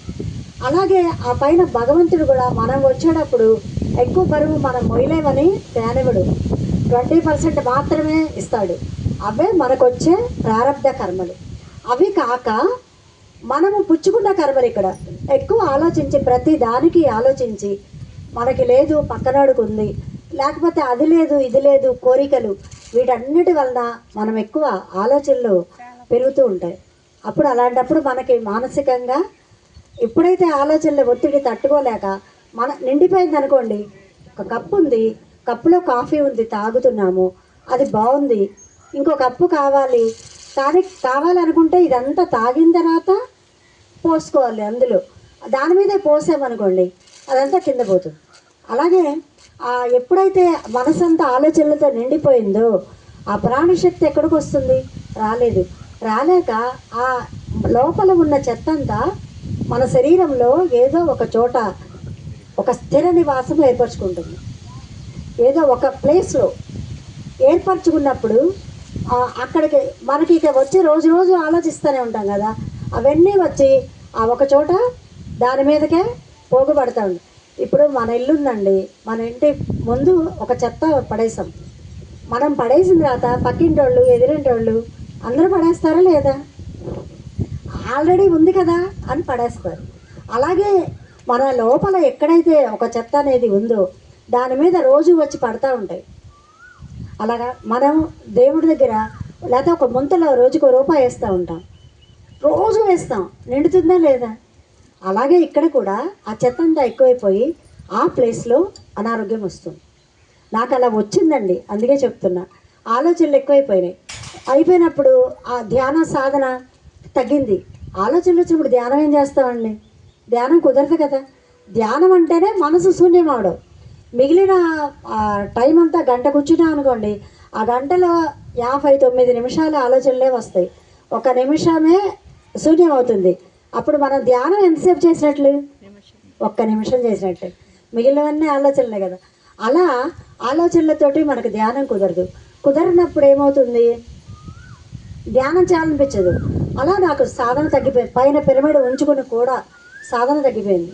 తగ్గిపోయేసరికి ఇంకా నాకు తెలియకుండానే నాలో చాలా చేంజెస్ వచ్చాయి. బాగా చిక్కిపోయా. అప్పుడు మా అమ్మాయి వచ్చి, ఏంటమ్మాయిలో చిక్కిపోయా, డాక్టర్ చూపించుకోండి. డాక్టర్ దగ్గరికి వెళ్తే షుగర్ వచ్చింది. షుగర్ వచ్చేసరికి మనకు ఉన్న అలవాటు ఏంటంటే జనరల్గా ఎవరి వల్ల అయితే మనం ఆలోచిస్తామో బాధపడతామో నీ వల్లే వచ్చిందని వేరు చూపిస్తాం. అది అజ్ఞానంలో. జ్ఞానం వచ్చినప్పుడు ఎవరు చూపించరు, అజ్ఞానంలో చూపిస్తాం. ఆ తర్వాత నేను ఒకరోజు ఇలాగే సరే షుగర్ వచ్చింది, మెడిసిన్ వాడుతూ ఉన్నాను. తర్వాత అందరూ భయపెట్టేస్తారు కదా, అమ్మో డేంజర్, లేకపోతే ఏదో దాన్ని కొట్టేస్తుంది ఆ షుగరు అని అంటారు కదా. ఒక 2 నెలలు ఏమో వాడానండి. తర్వాత పిరమిడ్లో ధ్యానం చేయాలనిపించింది. వెళ్ళి ధ్యానం చేస్తూ ఉంటే నాకు ఆ మనసు శూన్యమైంది. నాకు ఒక అనుభవం వచ్చింది. ఏమని అంటే, నేను ఇక్కడ ఉన్నానండి, కింద నేల మీద ఒక పెద్ద కొండలాగా ఉంది. ఆ కొండ మీద పత్రిజీ ఉన్నారు, నిలబడి ఉన్నారు. ఆయన నిలబడి నాకు చెయ్యి అందిస్తున్నారు. అందిస్తుంటే ఎలా అందుతుంది? ఆయన ఎక్కడో పైన ఉన్నారు, నేను కింద ఉన్నా. ఉండేసరికి అందరిపోయేసరికి ఆ సార్ ఏం చేశారు, ఇలా ఫ్లాట్గా ఉంది కొండ, ఆ కొండ మీద ఇలా బోర్లా పడుకొని అప్పుడు ఇస్తున్నారు, చెయ్యి అందిస్తున్నారు నాకు పైకి లాగడానికి. అంతేనండి, ఇదొక ఎక్స్పీరియన్స్ వచ్చింది నాకు. వెంటనే మొత్తం అర్థమయ్యి కళ్ళమండిళ్ళు కారిపోయినాయి అనమాట. అప్పుడు పిరమిడ్లోంచి బయటకు వచ్చి అప్పుడు అనుకున్నా, ఇదే నేను సృష్టించుకున్నాను, ఈ షుగర్ అనేది నేను తెచ్చుకున్నా, ఇంకొకళ్ళకు కారణం కాదు, నేను తెచ్చుకున్న దాన్ని నేనే తగ్గించుకుంటాను, నా వాస్తవానికి నేనే సృష్టికర్తని అని ఎప్పుడైతే అర్థమైందో అప్పుడు వెళ్ళి ఆ మెడిసిన్స్ అన్ని డస్ట్బిన్లో పారేసి నేను సాధన పెంచుకుని నేను తగ్గించుకుంటాను అని చెప్పి రోజుకి 3 గంటలు సాధన చేస్తూ ఇంకా నేను తగ్గించుకున్నానండి. అలా అసలు మెడిసినే వాడలేదు. అంటే ధ్యానం వల్ల ఎన్ని లాభాలో చూడండి అసలు. అందుకనే నేను ఇంత కరెక్ట్గా చెప్పగలుగుతున్నా. 80% మన చిన్న వాటికి, ఓ తలనొప్పి కానివ్వండి, ఏదైనా అలాంటి వాటికి మన ఆలోచనలే కారణం. ఆలోచనల ఒత్తిడికి భరించలేక అప్పుడు మనకేదో ఒక అనారోగ్యం వస్తుంది. అది ధ్యానం చేస్తే పోతుంది. చిన్నవి అయితే పోతాయి, పెద్దవి అయితే హాస్పిటల్కి వెళ్ళాలనుకోండి, తప్పదు. అయితే అప్పుడు అర్థమైందనమాట, మనం ఆలోచించేటప్పుడు ఏది సరి అయిందో ఏది సరికాదో ఆలోచించాలి. మనం మాట్లాడేటప్పుడు వాక్క్షేత్రం అనే బుక్ రాశారు సార్, అద్భుతంగా, ఎంత బాగుంటుందోనండి అది. అలా మనసా వాచా కర్మణ మనం ఏదైతే ఆలోచిస్తున్నామో, ఏదైతే వాక్కులు వస్తున్నాయో, ఏదైతే కర్మ పనులు చేస్తున్నామో అదంతా మనము ఎరుకతో చేయాలన్నమాట. మనం సరి అయినవే చేయాలి, సరి కానివి వదిలేసేయాలన్నమాట. అలా అలా అర్థమైనప్పుడు అప్పటి నుంచి కొంచెం నేను జాగ్రత్తగా ఉంటున్నానండి. అలా అమ్మ ధ్యాసే ధ్యానం అని చెప్పింది. మనము ఏ ధ్యాసలో ఉంటే అదే ధ్యానం. నిన్న చదివానండి వాట్సాప్లో, ప్రతిదానికి ధ్యానం అక్కర్లేదు అని చెప్పారు పత్రి సార్. అంటే ప్రతి చిన్నదానికి మనము జ్ఞానము వచ్చింది అనుకోండి, అప్పుడు కంపల్సరీ మనం ఇలా కూర్చోవాల్సిన అవసరం ఉండదు. అప్పుడు ఎలా ఉండాలి, ధ్యాన స్థితిలో ఎలా అయితే ఉంటామో, మనం కళ్ళు మూసుకున్నప్పుడు ఎలా ఉంటామో, కళ్ళు తెరిచిన తర్వాత కూడా అదే స్థితిలో ఉన్నామనుకోండి, అప్పుడు ధ్యానం చేయకపోయినా పర్వాలేదండి. అర్థమైందండి మీకు పాయింట్? మనకు ఆ స్థితి, ధ్యానంలో ఉన్న స్థితి తర్వాత ఉండట్లేదు కాబట్టి ఎక్కువ టైం ధ్యానం చేయాల్సి వస్తుంది, ఆ మనసు శూన్యం చేసుకోవాల్సి వస్తుంది. ఎప్పుడైతే మనము జ్ఞానం వచ్చిందో అప్పుడు ప్రత్యేకించి కూర్చోకపోయినా మనకు ఆ ఎనర్జీ ఫ్లో అవుతూ ఉంటుంది. ఇది కూడా నా అనుభవమే. ఏదైనా మనసులో ఏమి ఆలోచనలు లేవనుకోండి, వంట చేస్తూ ఉంటాను, ఎనర్జీ అంతా ఫ్లో అయిపోతూ ఉంటుంది. ఇదేంటి నేను ధ్యానం చేయట్లేదు కదా, ఎనర్జీ ఎలా వస్తుంది అనిపించేది కొత్తలో. తర్వాత అర్థమైంది, నువ్వు కళ్ళు మూసుకున్నా కళ్ళు తెరిచి ఉన్నా నీకు మనసు శూన్యంగా ఉంటే ఆ ఎనర్జీ అనేది, కాస్మిక్ ఎనర్జీ ఆటోమేటిక్గా మన లోపలికి వచ్చేస్తుంది. ఇది సత్యం అండి, కావాలంటే మీరు అబ్జర్వ్ చేసుకోండి. అంటే ధ్యానం చేయొద్దని చెప్పట్లేదు, ధ్యానం చేయాలి, అదొక నిత్య కృత్యంలో ఒకటి అయిపోవాలి ధ్యానం. ఎప్పుడైతే మనకి ఆ స్థితి వచ్చేదాకా, ఆ స్థితి వచ్చిన తర్వాత అప్పుడు చేయకపోయినా పర్వాలేదు. ఎందుకంటే ఆ జ్ఞాన స్థితిలో ఉంటాం, మనం ఏం మాట్లాడతామో మనకు తెలుస్తుంది. ఇప్పుడు కంట్రోల్ ఉండదు, ఆ స్థితి వచ్చిన తర్వాత కంట్రోల్ ఉంటుంది. ఎవరు ఏం మాట్లాడినా, ఎవరు ఏమన్నా పోన్లే అంటే అన్నారులే, ఏదో అజ్ఞానంలో అన్నారు అరే ఆ స్థితి మనకు వచ్చింది అనుకోండి, అప్పుడు అక్కడ చేయకపోయినా పర్వాలేదు. అదనమాట. అందుకనే అమ్మ ధ్యాసే ధ్యానం. మనం ఏ పని చేస్తూ ఉంటే ఆ పని మీద ధ్యాస పెడితే వేరే ధ్యానం అక్కర్లేదు, ఇలా కూర్చోవలసిన అవసరం లేదనమాట. పత్రిసారి అసలు ఎప్పుడైనా కూర్చున్నారా, ఆయన ధ్యానం చేయాల్సిన అవసరమే లేదు, ఆయన ఎప్పుడు అదే స్థితిలో ఉంటారు. అదే అన్నమాట చెప్పారు, ఆ స్థితికి మనం చేరుకోవాలి.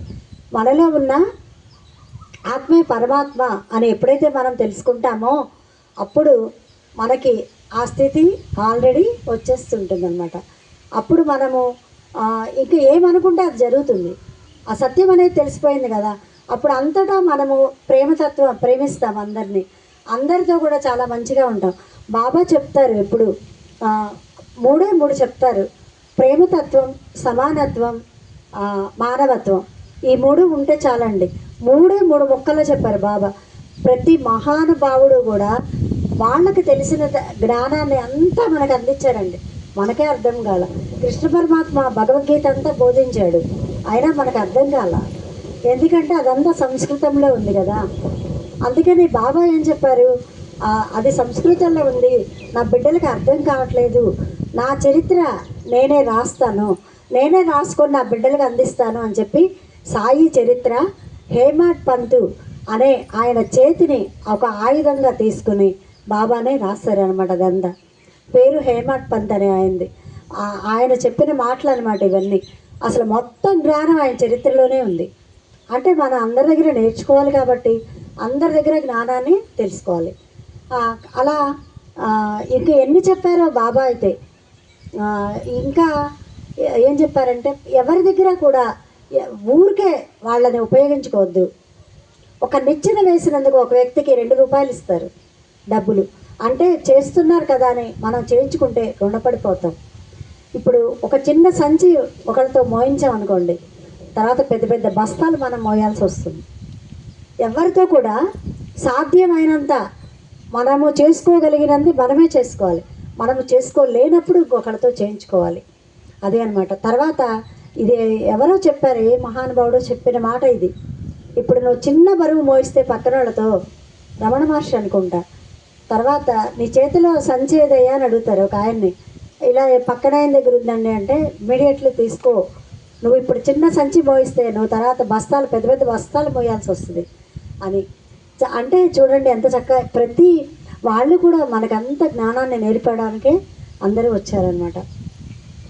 తర్వాత తృప్తి ముక్తి, ధ్యాసే ధ్యానం, అనుభవమే జ్ఞానం. ఇది పత్రిసారి కూడా చెప్పారు. మనకు వచ్చే ప్రతి అనుభవం కూడా ఒక జ్ఞానాన్ని నేర్పించి వెళ్తుంది. అందుకనే మనకి ఏమి వచ్చినా సరే మనం యాక్సెప్ట్ చేయాలన్నమాట. మనం దాన్ని స్వీకరించగలగాలి. నా మంచికే వచ్చింది అనుకోవాలి. చూడండి, విధి అనేది వర్షం లాంటిది. విధి అనేది వర్షం లాంటిది. ఆ వర్షం కొంతమందికి అనుకూలంగా ఉంటుంది, కొంతమందికి ప్రతికూలంగా ఉంటుంది. అర్థమైందండి? వర్షం పడింది అనుకోండి, కొంతమంది నాలాంటి వాళ్ళందరూ ఎంజాయ్ చేస్తారు హ్యాపీగా. మీరు కూడా అదే చేయొచ్చు. ఎందుకంటే వర్షం అంటే నాకు అంత ఇష్టం. తడిస్తే జలుబు చేస్తుంది, జ్వరం వస్తుంది, ఇవన్నీ మూఢ నమ్మకాలండి. ఎందుకు వస్తుంది? మనం వస్తుంది వస్తుంది వస్తుంది అని 10 సార్లు అనుకుంటే వస్తుంది. అది మనం వెల్కమ్ చేస్తే వస్తుంది, లేకపోతే రాదు. అలాగే ఈ వర్షం అనేది కొంతమంది ఎంజాయ్ చేసే వాళ్ళు ఉంటారు. ప్రకృతి కదా అని నేలంతా ఈ వృక్షాలు చెట్లు ఎంత పులకరిస్తాయండి వర్షం వస్తే. అలాగే కొంతమందికి ప్రతికూలంగా ఉంటుంది. ఎలా, అబ్బా మా దగ్గర వాన పొద్దున్నే వచ్చింది, బట్టలారవు, అంటే చిరాగ్గా ఉంది అలా అనుకుంటారు. కానీ ఏది వచ్చినా సరే ప్రతి దాన్ని మనం యాక్సెప్ట్ చేయాలి. ప్రకృతి ఒక సృష్టి అనేది ఒక నియమంగా సాగుతూ ఉంటుంది. ఎప్పుడు ఏది జరగాలో జరుగుతూ ఉంటుంది, అంతే కదండి. మనం పంచభూతాలు అనేది మన అధీనంలో లేవు కదా, వాటి ఇష్టం. అలా షిరిడి సాయిబాబా అధీనంలో ఉన్నాయి. అలాగే జగన్మాత జిల్లేలముడి అమ్మ అధీనంలో ఉన్నాయి. రా అంటే వస్తాయి, పో అంటే పోతాయి. మనం చెప్తే ఆగుతాయా? పంచభూతాలు మనలో ఉన్నాయి మొత్తం, కానీ బయట ఉన్నాయి మనలో ఉన్నాయి. మనకు అంత శక్తి లేదు, ఆపేంత శక్తి మనకు లేదనమాట. కానీ బాబా ఒకసారి ఆపుతారు. తుఫాను అయినా ఏదైనా సరే ఆయన ఆపితే ఆగుతాయి అన్నమాట. అలాగే ఒకసారి అమ్మ అందరికీ కలిపి ఇలా బయట ఆరు బయట వెన్నెల్లో అందరికీ కలిపి ఒక బేషన్లో అన్నం కలిపి మొదలు పెట్టేదట. పెడుతూ పెడుతూ ఆ ఒక్క ఆకలి తీరడానికే కాదండి, దానిలో ప్రేమ, జ్ఞానం ఈ రెండూ వేసి పెట్టేది. వేసి అంటే ప్రత్యేక వేయకర్లా, ఆ భావంతో పెట్టేది. ఇప్పుడు మనం కూడా చూడండి, మన ఇష్ట ప్రకారం ఎవరికైనా వస్తే భోజనం పెట్టామనుకోండి, అది వాళ్ళకి బలాన్ని ఇస్తుంది. ఇష్టం లేకుండా మనం పెడితే వాళ్ళకి అరగదండి, వామిటింగ్స్ అవుతాయి. ఇది రియల్గా నిజంగా అనుభవంలోది. ఏదైనా వస్తువు కానీ, ఒక చీర కానీ లేకపోతే వస్తువు కానీ ఎవరికన్నా ఇష్టపూర్తిగా ఇవ్వాలండి.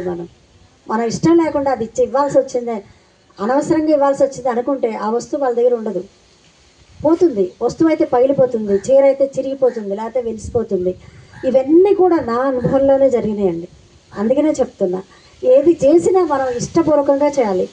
ఇష్టం అయితే కష్టం ఉండదు.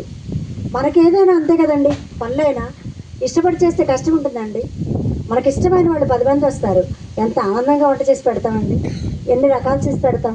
అదే ఇష్టం లేని వాళ్ళు ఒక్కళ్ళు వస్తారు, వాళ్ళకి మనము అబ్బబ్బా మళ్ళీ చేయాల్సి వచ్చింది వంట వీళ్ళ కోసం అని చెప్పి ఇష్టం లేకుండా పెడతాం. ఏదైతే మనం ఇష్టంతో చేస్తామో అసలు అది కష్టమే ఉండదు, ఇష్టం లేనిది కష్టం ఉండదు. అలా ప్రతిదీ కూడా అలాగే. అందుకనే ప్రేమగా పెట్టాలి ఎవరికైనా ఏం పెట్టినా సరే, లేకపోతే వాళ్ళకి అది అరగదు. ఇలాగే ఒకసారి ఇట్లా వర్షం వస్తుంది, లోపలికి వెళ్దాం పదండి అంది. అన్నం ముద్దలు పెడుతూ ఉంటే ఇంత వెన్నెలగా ఉంది, అసలు ఉరుములు లేవు, మెరుపులు లేవు, వర్షం ఎలా వస్తుందమ్మా ఇప్పుడు అని వాళ్ళు ఎవరు కదలరు. ఓ అలాగా అని చెప్పి చప్పట్లు కొట్టి ఏ వాన రావే అందట.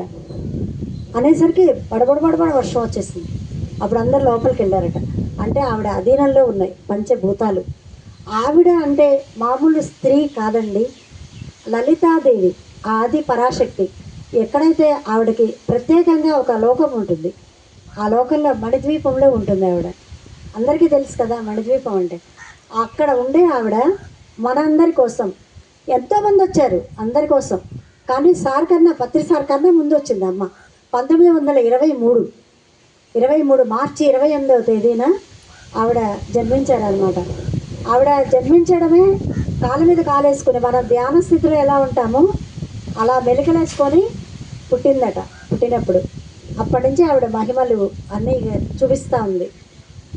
ఎప్పుడైతే తర్వాత అందరు తెలుసుకున్నారో అందరూ రావడం మొదలుపెట్టారనమాట ఆవిడ దగ్గరికి. అందరూ వస్తుంటే ఆవిడే వంట చేసి భోజనం పెట్టేదట. వాళ్ళ చిన్నబ్బాయి వచ్చి ఇంత గిన్నెతో అన్నం వండిందటండి. ఇంత చిన్న గిన్నెతో అన్నం వండి అక్కడ పెడితే వాళ్ళ అబ్బాయి వచ్చి, అమ్మ ఆకలేస్తుంది, 2 అబ్బాయిలు 1 అమ్మాయి, ఆవిడకి ఆకలేస్తుంది అమ్మ, అన్నం చూస్తే ఎంతే ఉంది, 15-20 మంది వచ్చి ఉన్నారు, ఏం తిన్నామ్మా అంటే, నాన్న నువ్వు కడుపు నిండా తిను, నీకు కావలసినంత తిను అని చెప్పిందట. ఇంత గిన్నెడు అన్నం తిన్న తర్వాత పిల్లాడు అవి 20 మందికి భోజనం పెట్టిందట. ఎలా పెట్టింది? అలాగే 1973వ సంవత్సరంలో అమ్మకి 50 ఏళ్ళు నిండినాయి అన్నమాట. అప్పుడు అక్కడ ఉన్న వాళ్ళందరూ మన పత్రిసారి చుట్టూ ఎలా వెళ్ళేవాళ్ళం, అలాగే అమ్మ చుట్టూ కూడా అలా వచ్చేవాళ్ళందరూ. వచ్చేస్తే అమ్మ నీ 50 ఏళ్ళు నిండుతున్నాయి కదా, నీకేమన్నా ఒక బహుమతి ఇస్తాము, ఏమి కావాలి అని అడిగారట. అడిగితేను నాకేమీ వద్దురా అన్న అంది. కాదమ్మా చెప్పాల్సిందే అని అంటే, అమ్మ 1,00,000 మంది ఒకే పంక్తిన కూర్చుని భోజనం చేస్తే చూడాలనుంది నాన్న అందుట. 1,00,000 మంది ఒకే పంక్తిన అనేసరికి వీళ్ళకి గుండెల్లో భయం వేసింది. 1,00,000 మంది అసలు ప్రయాణ సౌకర్యాలే లేవు, జిల్లాలు కూడా అంటేనే ఎవరికీ తెలియదు. అలాంటిది 1,00,000 మంది ఎలా వస్తారు అనుకున్నారట వాళ్ళు. కానీ అమ్మ చెప్పింది సత్యం, పాటించాలి కదా, వినాలి కదా. ఇప్పుడు పత్రిసారి చెప్పిన మాటల్లో అందరూ ఓకే అని ఎలా అంటారు? అటు వెళ్తూ అదో అక్కడ పిరమిడ్ వస్తుందయ్యా, పెద్ద పిరమిడ్ అన్నారట. వశిష్ఠ గౌతమి వచ్చేసింది. అలా ఆయన ఏదంటే అది ముందు ఉంటుంది, ఎన్నో సంవత్సరాల ముందు ఉన్న మాట ఇప్పుడు చెప్తారు. అవుతుందా అనుకుంటారు, అవి తీరుతుంది. అలాగే అమ్మ కూడా చెప్పితే వీళ్ళు సరే ఆ టైం రానే వచ్చింది, అందరూ ప్రయత్నాలు చేస్తున్నారు, ఎవరి ప్రయత్నం వాళ్ళు. వచ్చిన తర్వాత 1,00,000 రోజు రానే వచ్చింది. అక్కడ టెంట్లు మన కడతాలు కనుక ఎలాగైతే అన్నీ ఉంటాయి కదా భోజనాలు చేయడానికి, అలాగే అన్నీ 10 చోట్ల, అంటే ఒక్కొక్క చోట 10,000 చొప్పున 1,00,000 కదా, అలా భోజన సదుపాయాన్ని ఏర్పాటు చేశారనమాట. చేసి వాళ్ళు ఏం చేశారు, ఈ ఊరికి ఎవరు వస్తారులే అంతమంది అని ఒక 30,000 మందికి వంట చేస్తారు. ఎక్కడెక్కడి నుంచో లారీలలో ట్యాంకుల్లో పాలు, కూరలు, పెరుగులు, వంట వాళ్ళు, ఇలా అసలు ఎవరిని పిలవకుండా వాళ్ళందరూ వాళ్ళే రావడం మొదలుపెట్టారట. అలా పెద్ద ప్లేస్, ఒక 70 ఎకరాల పొలంలో అలా టెంట్లు వేసి పందిళ్ళు వేసి అలా అరేంజ్ చేశారు. అయితే 10 గంటలకి ఆ రోజు 10,000 మంది ఉన్నారట. అంటే ఇంకా 90,000 రావాలి. 10,000 మంది జనం ఉండేసరికి వీళ్ళకి అర్థం కాల, 1,00,000 మందికి అని చెప్పింది అమ్మ, రాలేదు అని.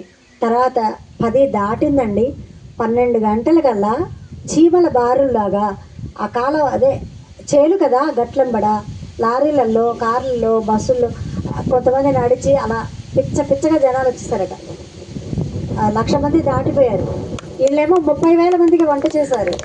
వంట చేస్తే అప్పుడు ఆవిడ భయం వేసింది వీళ్ళకి, ఆ జనాన్ని చూసి భయం వేసి అమ్మ దగ్గరికి పరిగెత్తుకొని వెళ్ళారు.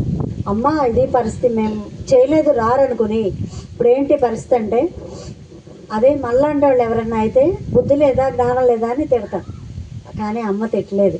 మీరేం భయపడకండి నాన్న, నేను వస్తున్నాను అని చెప్పి అక్కడ అన్నపూర్ణాలయంలో అన్నం రాసిపోసి హారతిచ్చి, అప్పుడు ఆవిడ వచ్చి అక్కడికి వచ్చి, మీరు అన్నీ ప్లేట్లు లేకపోతే పూర్వకాలం ఇలా ఒక బట్ట కప్పేవాళ్ళు భోజనాలు వడ్డించేటప్పుడు, శాంతం మూతలు తీయకుండా కొంచెం తీసి అలా వడ్డించండి మీరు, నేను చూసుకుంటానని అమ్మ అనేసరికి అలాగే వాళ్ళు అందరికీ వడ్డించడం మొదలుపెట్టారు. ఆ 1,00,000 మంది భోజనం చేయంగా ఇంకా ఇంకొక 1,00,000 మంది చూడటానికి వచ్చారట. అసలు 1,00,000 మంది ఎలా భోజనం చేస్తారు అని ఇంకో 1,00,000 మంది వచ్చారట. వాళ్ళకు కూడా భోజనాలు పెట్టారు. అయిపోయిన తర్వాత ఇంకా రాత్రికి మిగిలిందట భోజనం.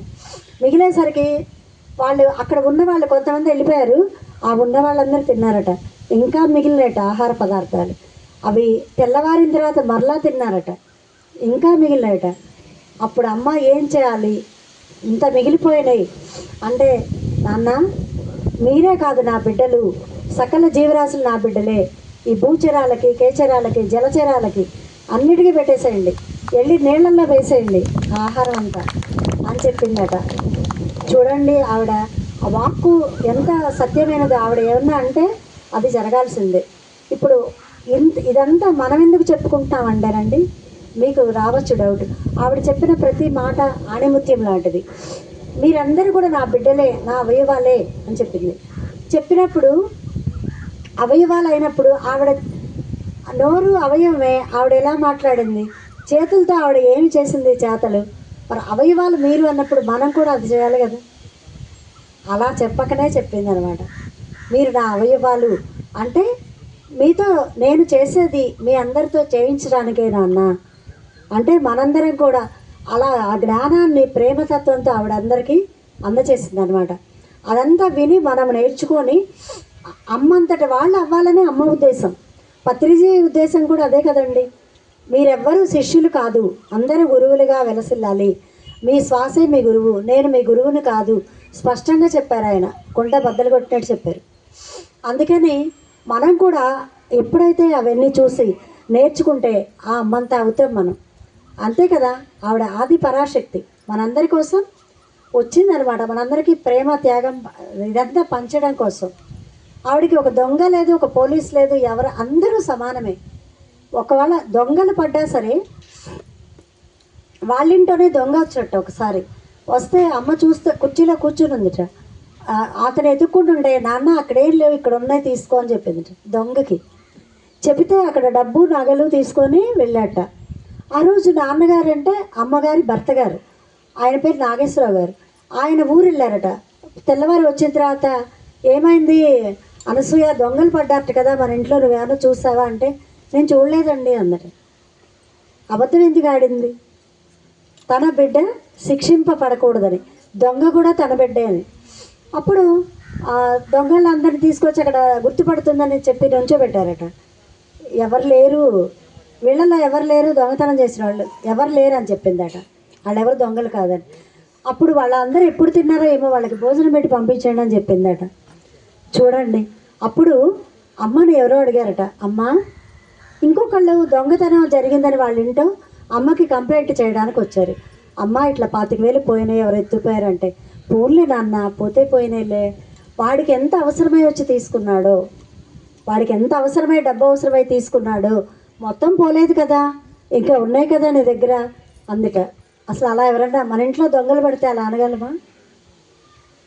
అంటే ఆవిడ అంటే దొంగలు కూడా నా బిడ్డలే, వాళ్ళకి ఏ అవసరం వచ్చి తీసుకుందో అని అన్నదిట.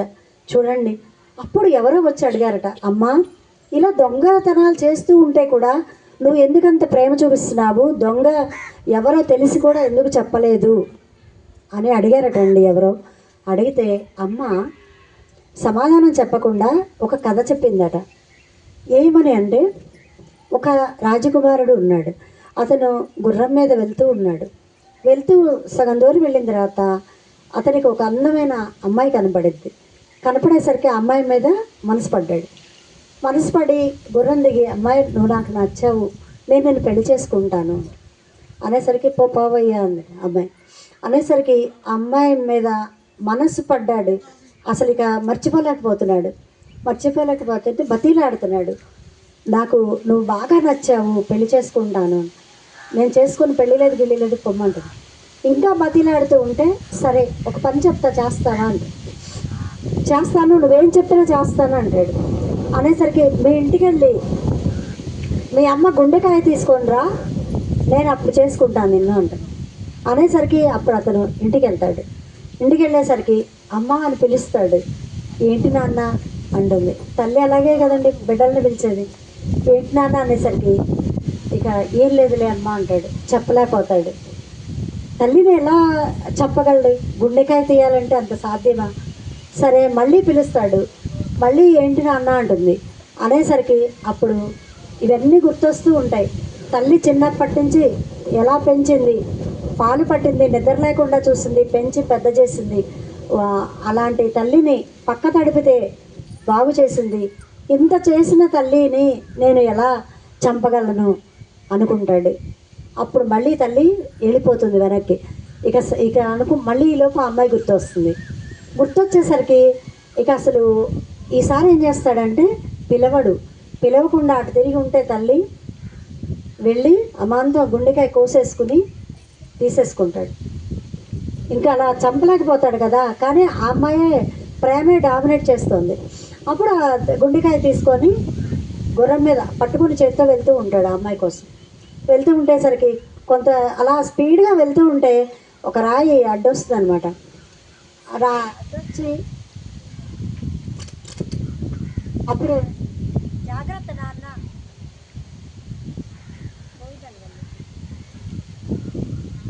హలో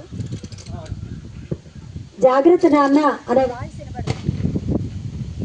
వినపడేసరికి ఎక్కడి నుంచి వినపడుతుంది ఇది అనుకొని వెళ్ళిపోతూ ఉంటాడు. ఆగడం తర్వాత కొంత దూరం వెళ్ళిన తర్వాత మరలా ఆ గుర్రం ఇలా పడబోయేసరికి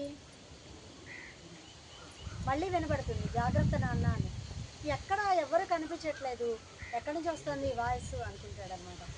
అనుకునేసరికి అలా మూడోసారి మళ్ళీ వినపడేసరికి చుట్టుపక్కల అంతా చూసి చూస్తే తను పట్టుకున్న గుండెకాయలోంచి వినపడుతుంది ఆ మాట. అప్పుడు చూస్తాడనమాట, తన తల్లి గుండెలోంచి వస్తుంది వాయిస్ అని. అతను ఏం చేస్తాడంటే ఏడుస్తాడు. ఏడ్చేసి అమ్మా నేను నిన్ను చేతులారా చంపుకున్నాను, నాంత దుర్మార్గుడు ఉంటాడు అని చెప్పి చాలా బాధపడతాడనమాట. అప్పటికే మొత్తం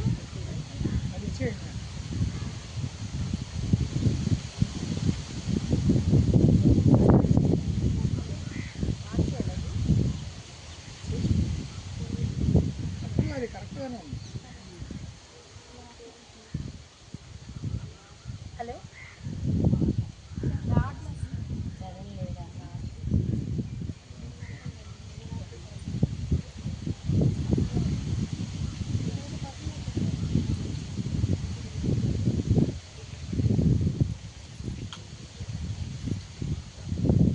అప్పుడు అతను చాలా బాధపడతాడండి. చేతులారా తల్లిని చంపుకున్నాను అని ఆ కథ చెప్తుందండి అమ్మ వాళ్ళకి. చెప్పేసరికి మీకు అందరికీ అర్థమైంది కదండి. అంటే అమ్మ ప్రేమ అనేది అలా ఉంటుంది. నేను అందుకనే దొంగని చెప్పలేదు, అలా అంత ప్రేమ అన్నమాట.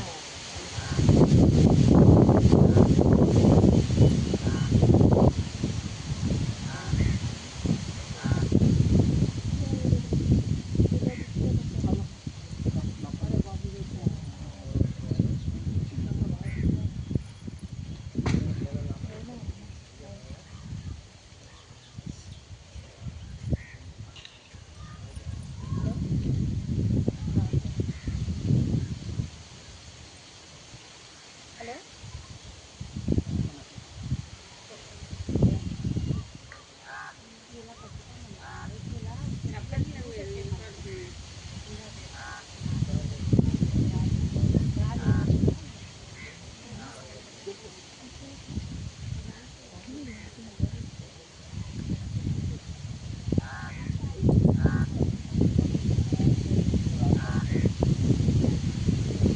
పోనీ పర్లేదు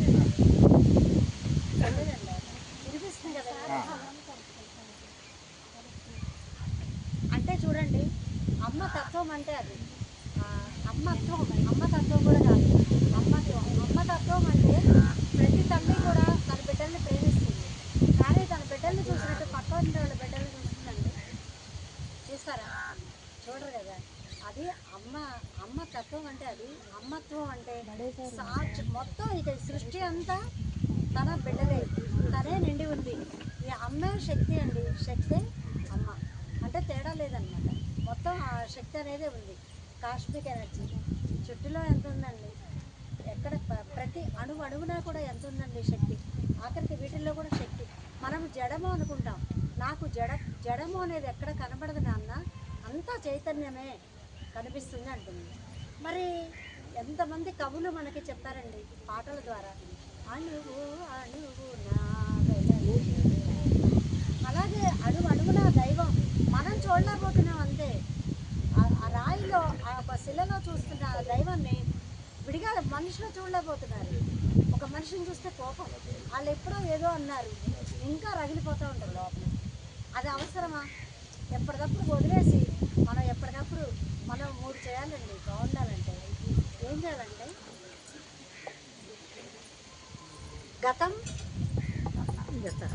గతాన్ని మర్చిపోవాలండి.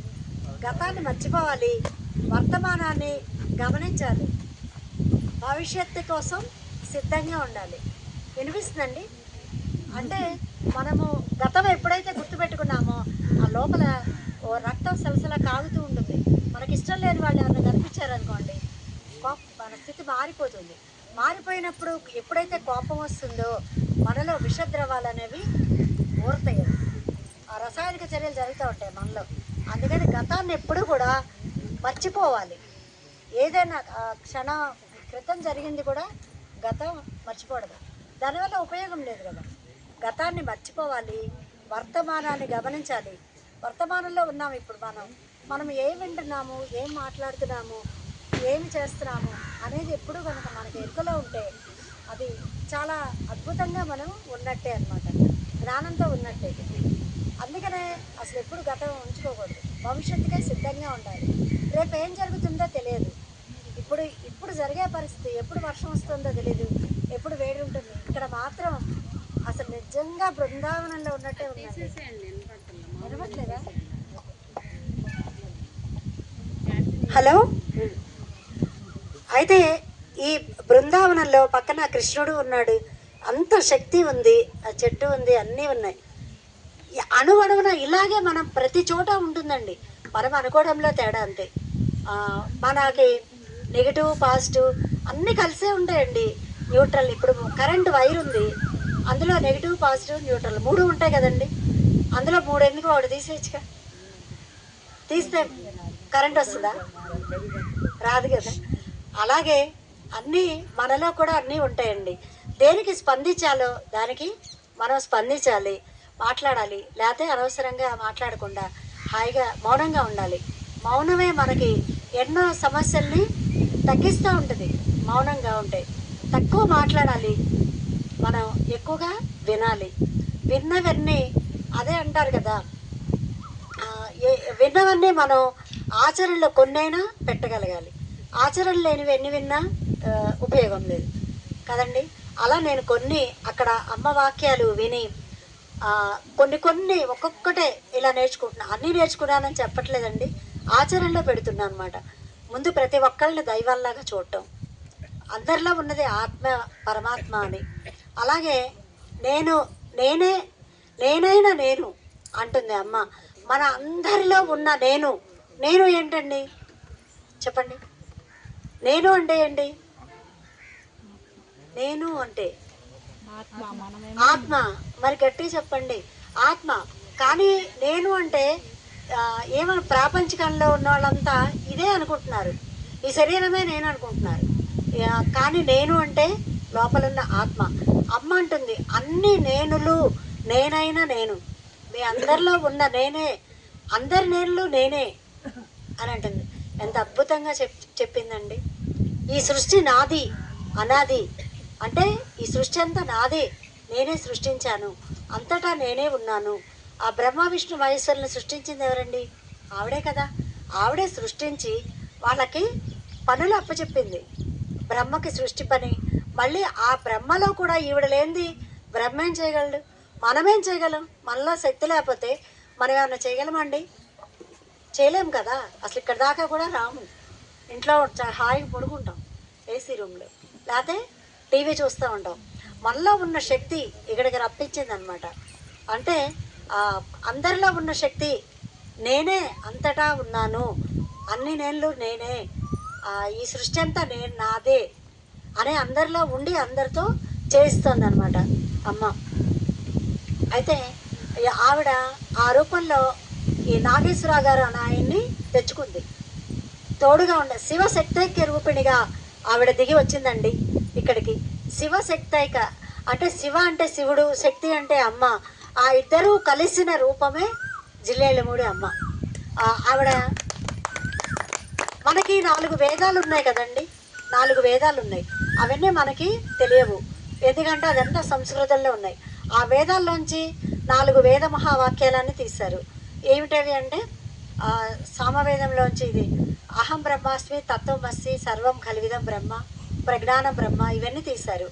కానీ ఆవిడ ఇంకా తేలికైన పదాలతో మనకి చెప్పారనమాట. ప్రజ్ఞానం బ్రహ్మ అయితే అజ్ఞానం బ్రహ్మ ఎందుకు కాదు. ప్రజ్ఞానం బ్రహ్మ అంటారు. ప్రజ్ఞానం అంటే ఏంటంటే మనలో ఉన్న, ఎవరిలో ఉన్న జ్ఞానం ప్రజ్ఞానం. విజ్ఞానం అంటే విశేషమైన జ్ఞానం. విజ్ఞానం అంటే అంతా తెలిసిన జ్ఞానం అన్నమాట. అయితే ప్రజ్ఞానం బ్రహ్మ అయితే అజ్ఞానం కూడా బ్రహ్మే. అన్నం పరబ్రహ్మ స్వరూపం అంటాం కదా. అన్నం పరబ్రహ్మ స్వరూపం అయినప్పుడు అశుద్ధం కూడా పరబ్రహ్మ స్వరూపమే. అసలు ఈ పదాలు ఎక్కడైనా విన్నామండి మనం? అశుద్ధం పరబ్రహ్మ స్వరూపం ఏంటండి? అసహించుకుంటారు కదా అందరూ, దాన్ని చిచ్చిచి అంటారు. అలాగే ఏంటి అంటే ఆవిడ చిన్నప్పుడు ఆవిడే వెళ్ళి అలా ఉంచి తర్వాత వెళ్ళి చూసి దానిలోంచి పురుగులు వస్తాయండి. వస్తాయా? అంటే జీవం, అందులో జీవం ఉందా లేదా? ఇక్కడ జడం అనేది ఏదీ లేదు, మొత్తం చైతన్యమే ఉందన్నమాట అంతా. అందుకని అశుద్ధం కూడా పరబ్రహ్మ స్వరూపమే అని చెప్పింది అనమాట. అంటే అన్నిట్లో కూడా ఆ పరమాత్మే ఉన్నాడు. బాబా ఒక మాట అంటారండి, మీ అశుద్ధంలోని పురుగును నేను అని అంటారు. విన్నారా మీరు? మీ అశుద్ధంలోని పురుగును కూడా నేనే. అంటే భగవంతుడు లేని చోటంటూ ఏది లేదు.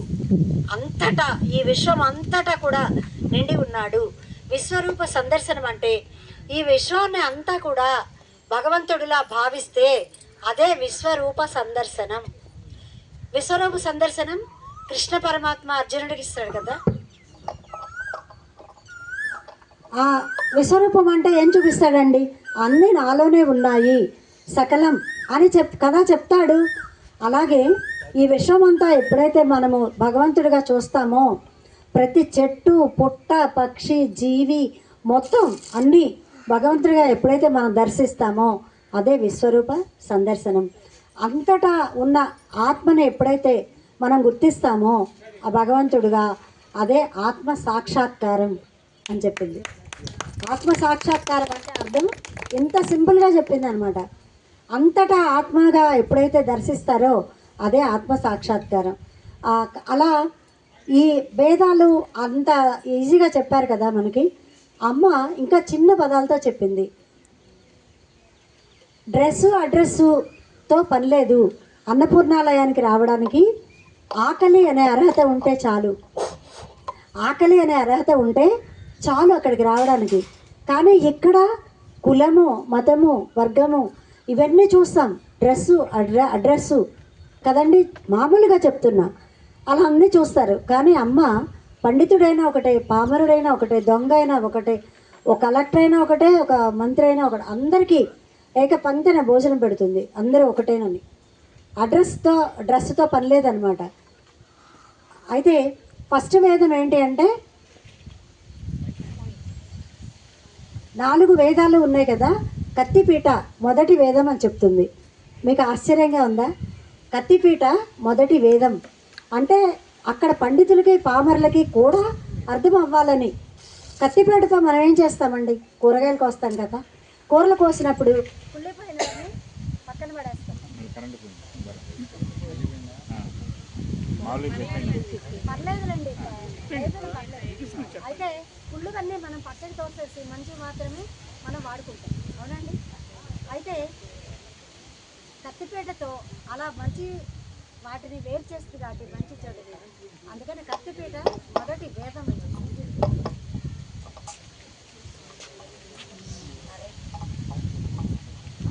కత్తిపీట మొదటి వేదం. ఎందుకంటే మన మనసులో కుళ్ళు వచ్చిందనుకోండి, పక్కన వాళ్ళ కార్లు ఉన్నాయి, లేకపోతే బిల్డింగ్లు ఉన్నాయి, ఆస్తులు ఉన్నాయి, పాస్తులు ఉన్నాయి, మనకి లేవే అని అంటే ఆ కుళ్ళు వస్తుంది. అలాంటి కుళ్ళు, అలాంటివన్నీ తొలగిపోవాలంటే మనం కత్తిపీటను తలుచుకోవాలి. టైం అయిపోయిందా?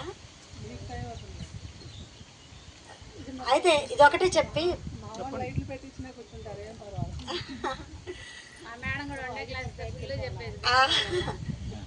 అయితే అది మొదటి వేదం అని చెప్పిందండి. అర్థమైందండి మీకు?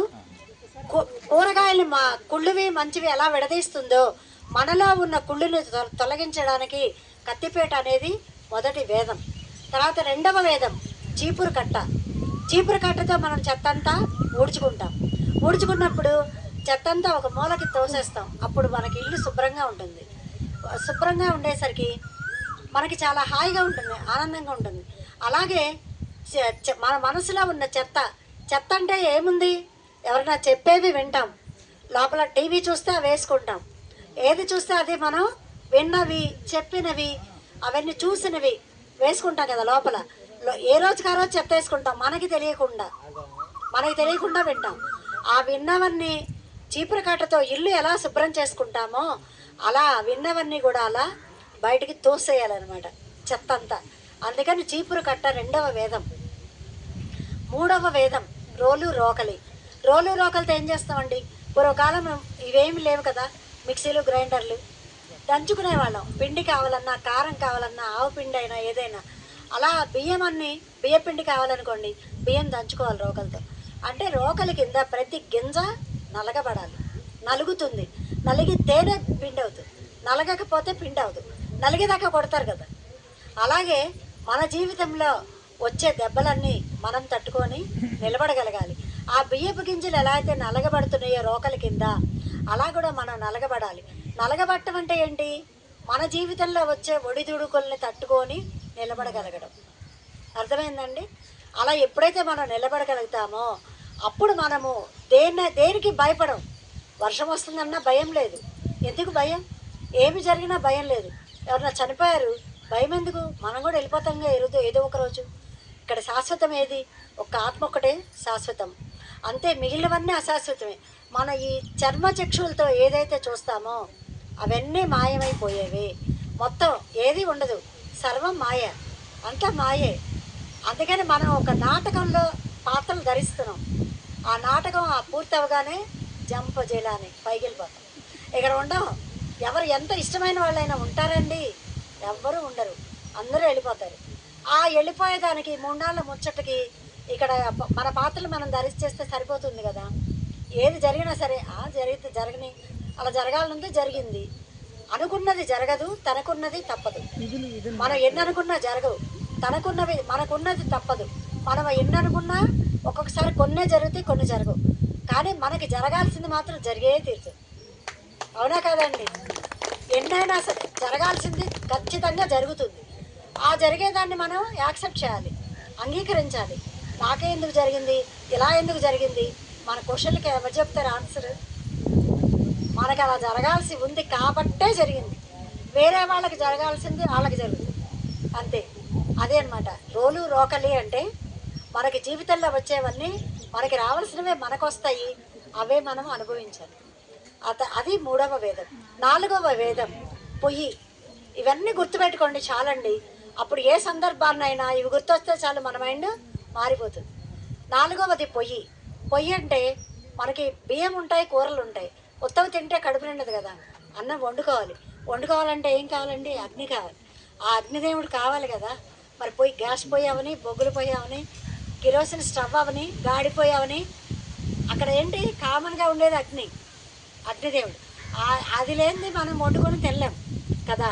అందుకని పొయ్యి అనేది మనకి ఆకలి తీర్చడానికి, మనలో ఉన్న జఠరాగ్నిని చల్లార్చడానికి ఆహారం అవసరం. ఆ ఆహారం వండుకోవాలంటే పొయ్యి కావాలి. పొయ్యి 4వ వేదం. మన ఆకలి తీరుస్తుంది కదా, పొయ్యిలాతే ఎలా తింటాం? తర్వాత 5వ వేదం చాట. ఏంటంటే మనం చెరుగుతూ ఉంటాం, ఆ చెత్త అంతా చెడు అంతా పైకి తీసేస్తూ ఉంటాం, మంచి అంతా లోపల తీసుకుంటాం మనం. అంటే అలాగే ఏదైనా చెడు ఆలోచనలు, చెడు భావాలు అలాంటివి ఎప్పుడైతే వచ్చినాయో మనం ఏం చేస్తాం? చాటతో చెరిగినట్టు చెరిగి పారేయాలి, తీసి అవతల పడేయాలి. అవి అమ్మో నాకు ఈ ఆలోచనలు వచ్చినాయి, నాకొద్దు అని తీసేయాలి. అలా చాట వల్ల సాధ్యమవుతుంది. మంచి చెడులని విడదీసేది చాట ఒకటే. మన చాట్లాగా ఉండాలండి, జల్లెడలాగా ఉండకూడదు. జల్లెడేం చేస్తుందండి? జల్లెడేం చేస్తుంది? చెడంతా తనలో ఉంచుకుంటుంది, మంచినంతా వదిలేస్తుంది. అందుకని జల్లెడలా జీవించకూడదు. చాటలాగా జీవించాలి. ఎప్పటికప్పుడు మన చెడుని పంపించేస్తూ ఉండాలి. అలా అందుకని చాటను గుర్తుపెట్టుకోవాలన్నమాట. అలాగే ఇవి 4 వేదాలుగా అమ్మ చెప్పిందండి. టైం అయిపోయింది అంటున్నారు. సర్లేండి, ఇంకెంత చెప్పినా ఇది తరగదు కానీ ఓకే, ఆపేద్దాంలేండి. ఓకేనండి, ఇంత ఓపిక్గా నాతోటి ఇన్ని మాటలు చెప్పించిన ఆ అమ్మకి, బ్రహ్మర్షి పితామహ పత్రిజీ మహారాజ్కి, అలాగే ప్రకృతి మాతకి, విశ్వమాతకి, తర్వాత జగన్మాతకి, అందరికీ కూడా ఇక్కడికి వచ్చిన దివ్యాత్మ స్వరూపులందరికీ నా ఆత్మ ప్రణామాలు. నాకు ఈ అవకాశం ఇచ్చిన రాము సార్ వాళ్ళ కుటుంబానికి అందరికీ కృతజ్ఞతలు, ధన్యవాదాలండి. మీ అందరికీ చాలా థ్యాంక్స్. నాకు ఇంత ఆనందాన్ని నాకు ఇచ్చినందుకు మీ అందరికీ థ్యాంక్స్ అండి. ఇలాగా చెప్తూ ఉంటే ఎన్ని గంటలైనా అలాగే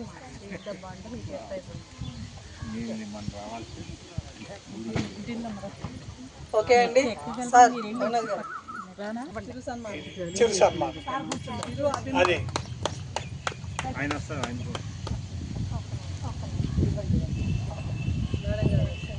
రమాదేవి మేడం గారు.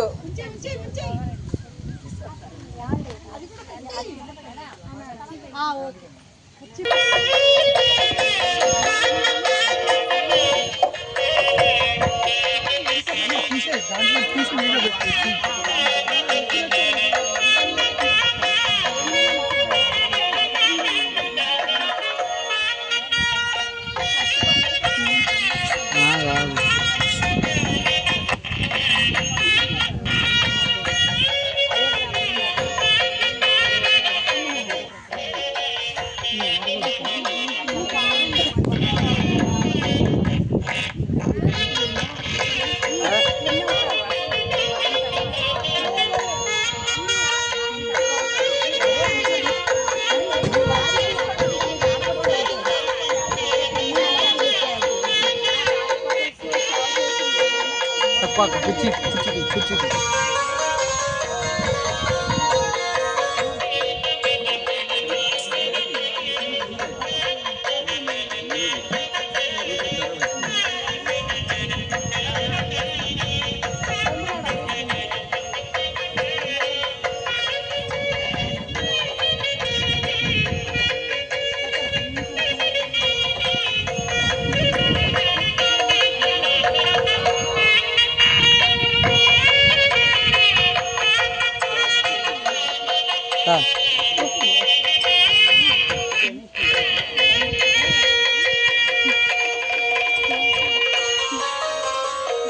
అది అట్లా పట్టు తిరుగు చక్కగా, అది అందరినీ వచ్చేది.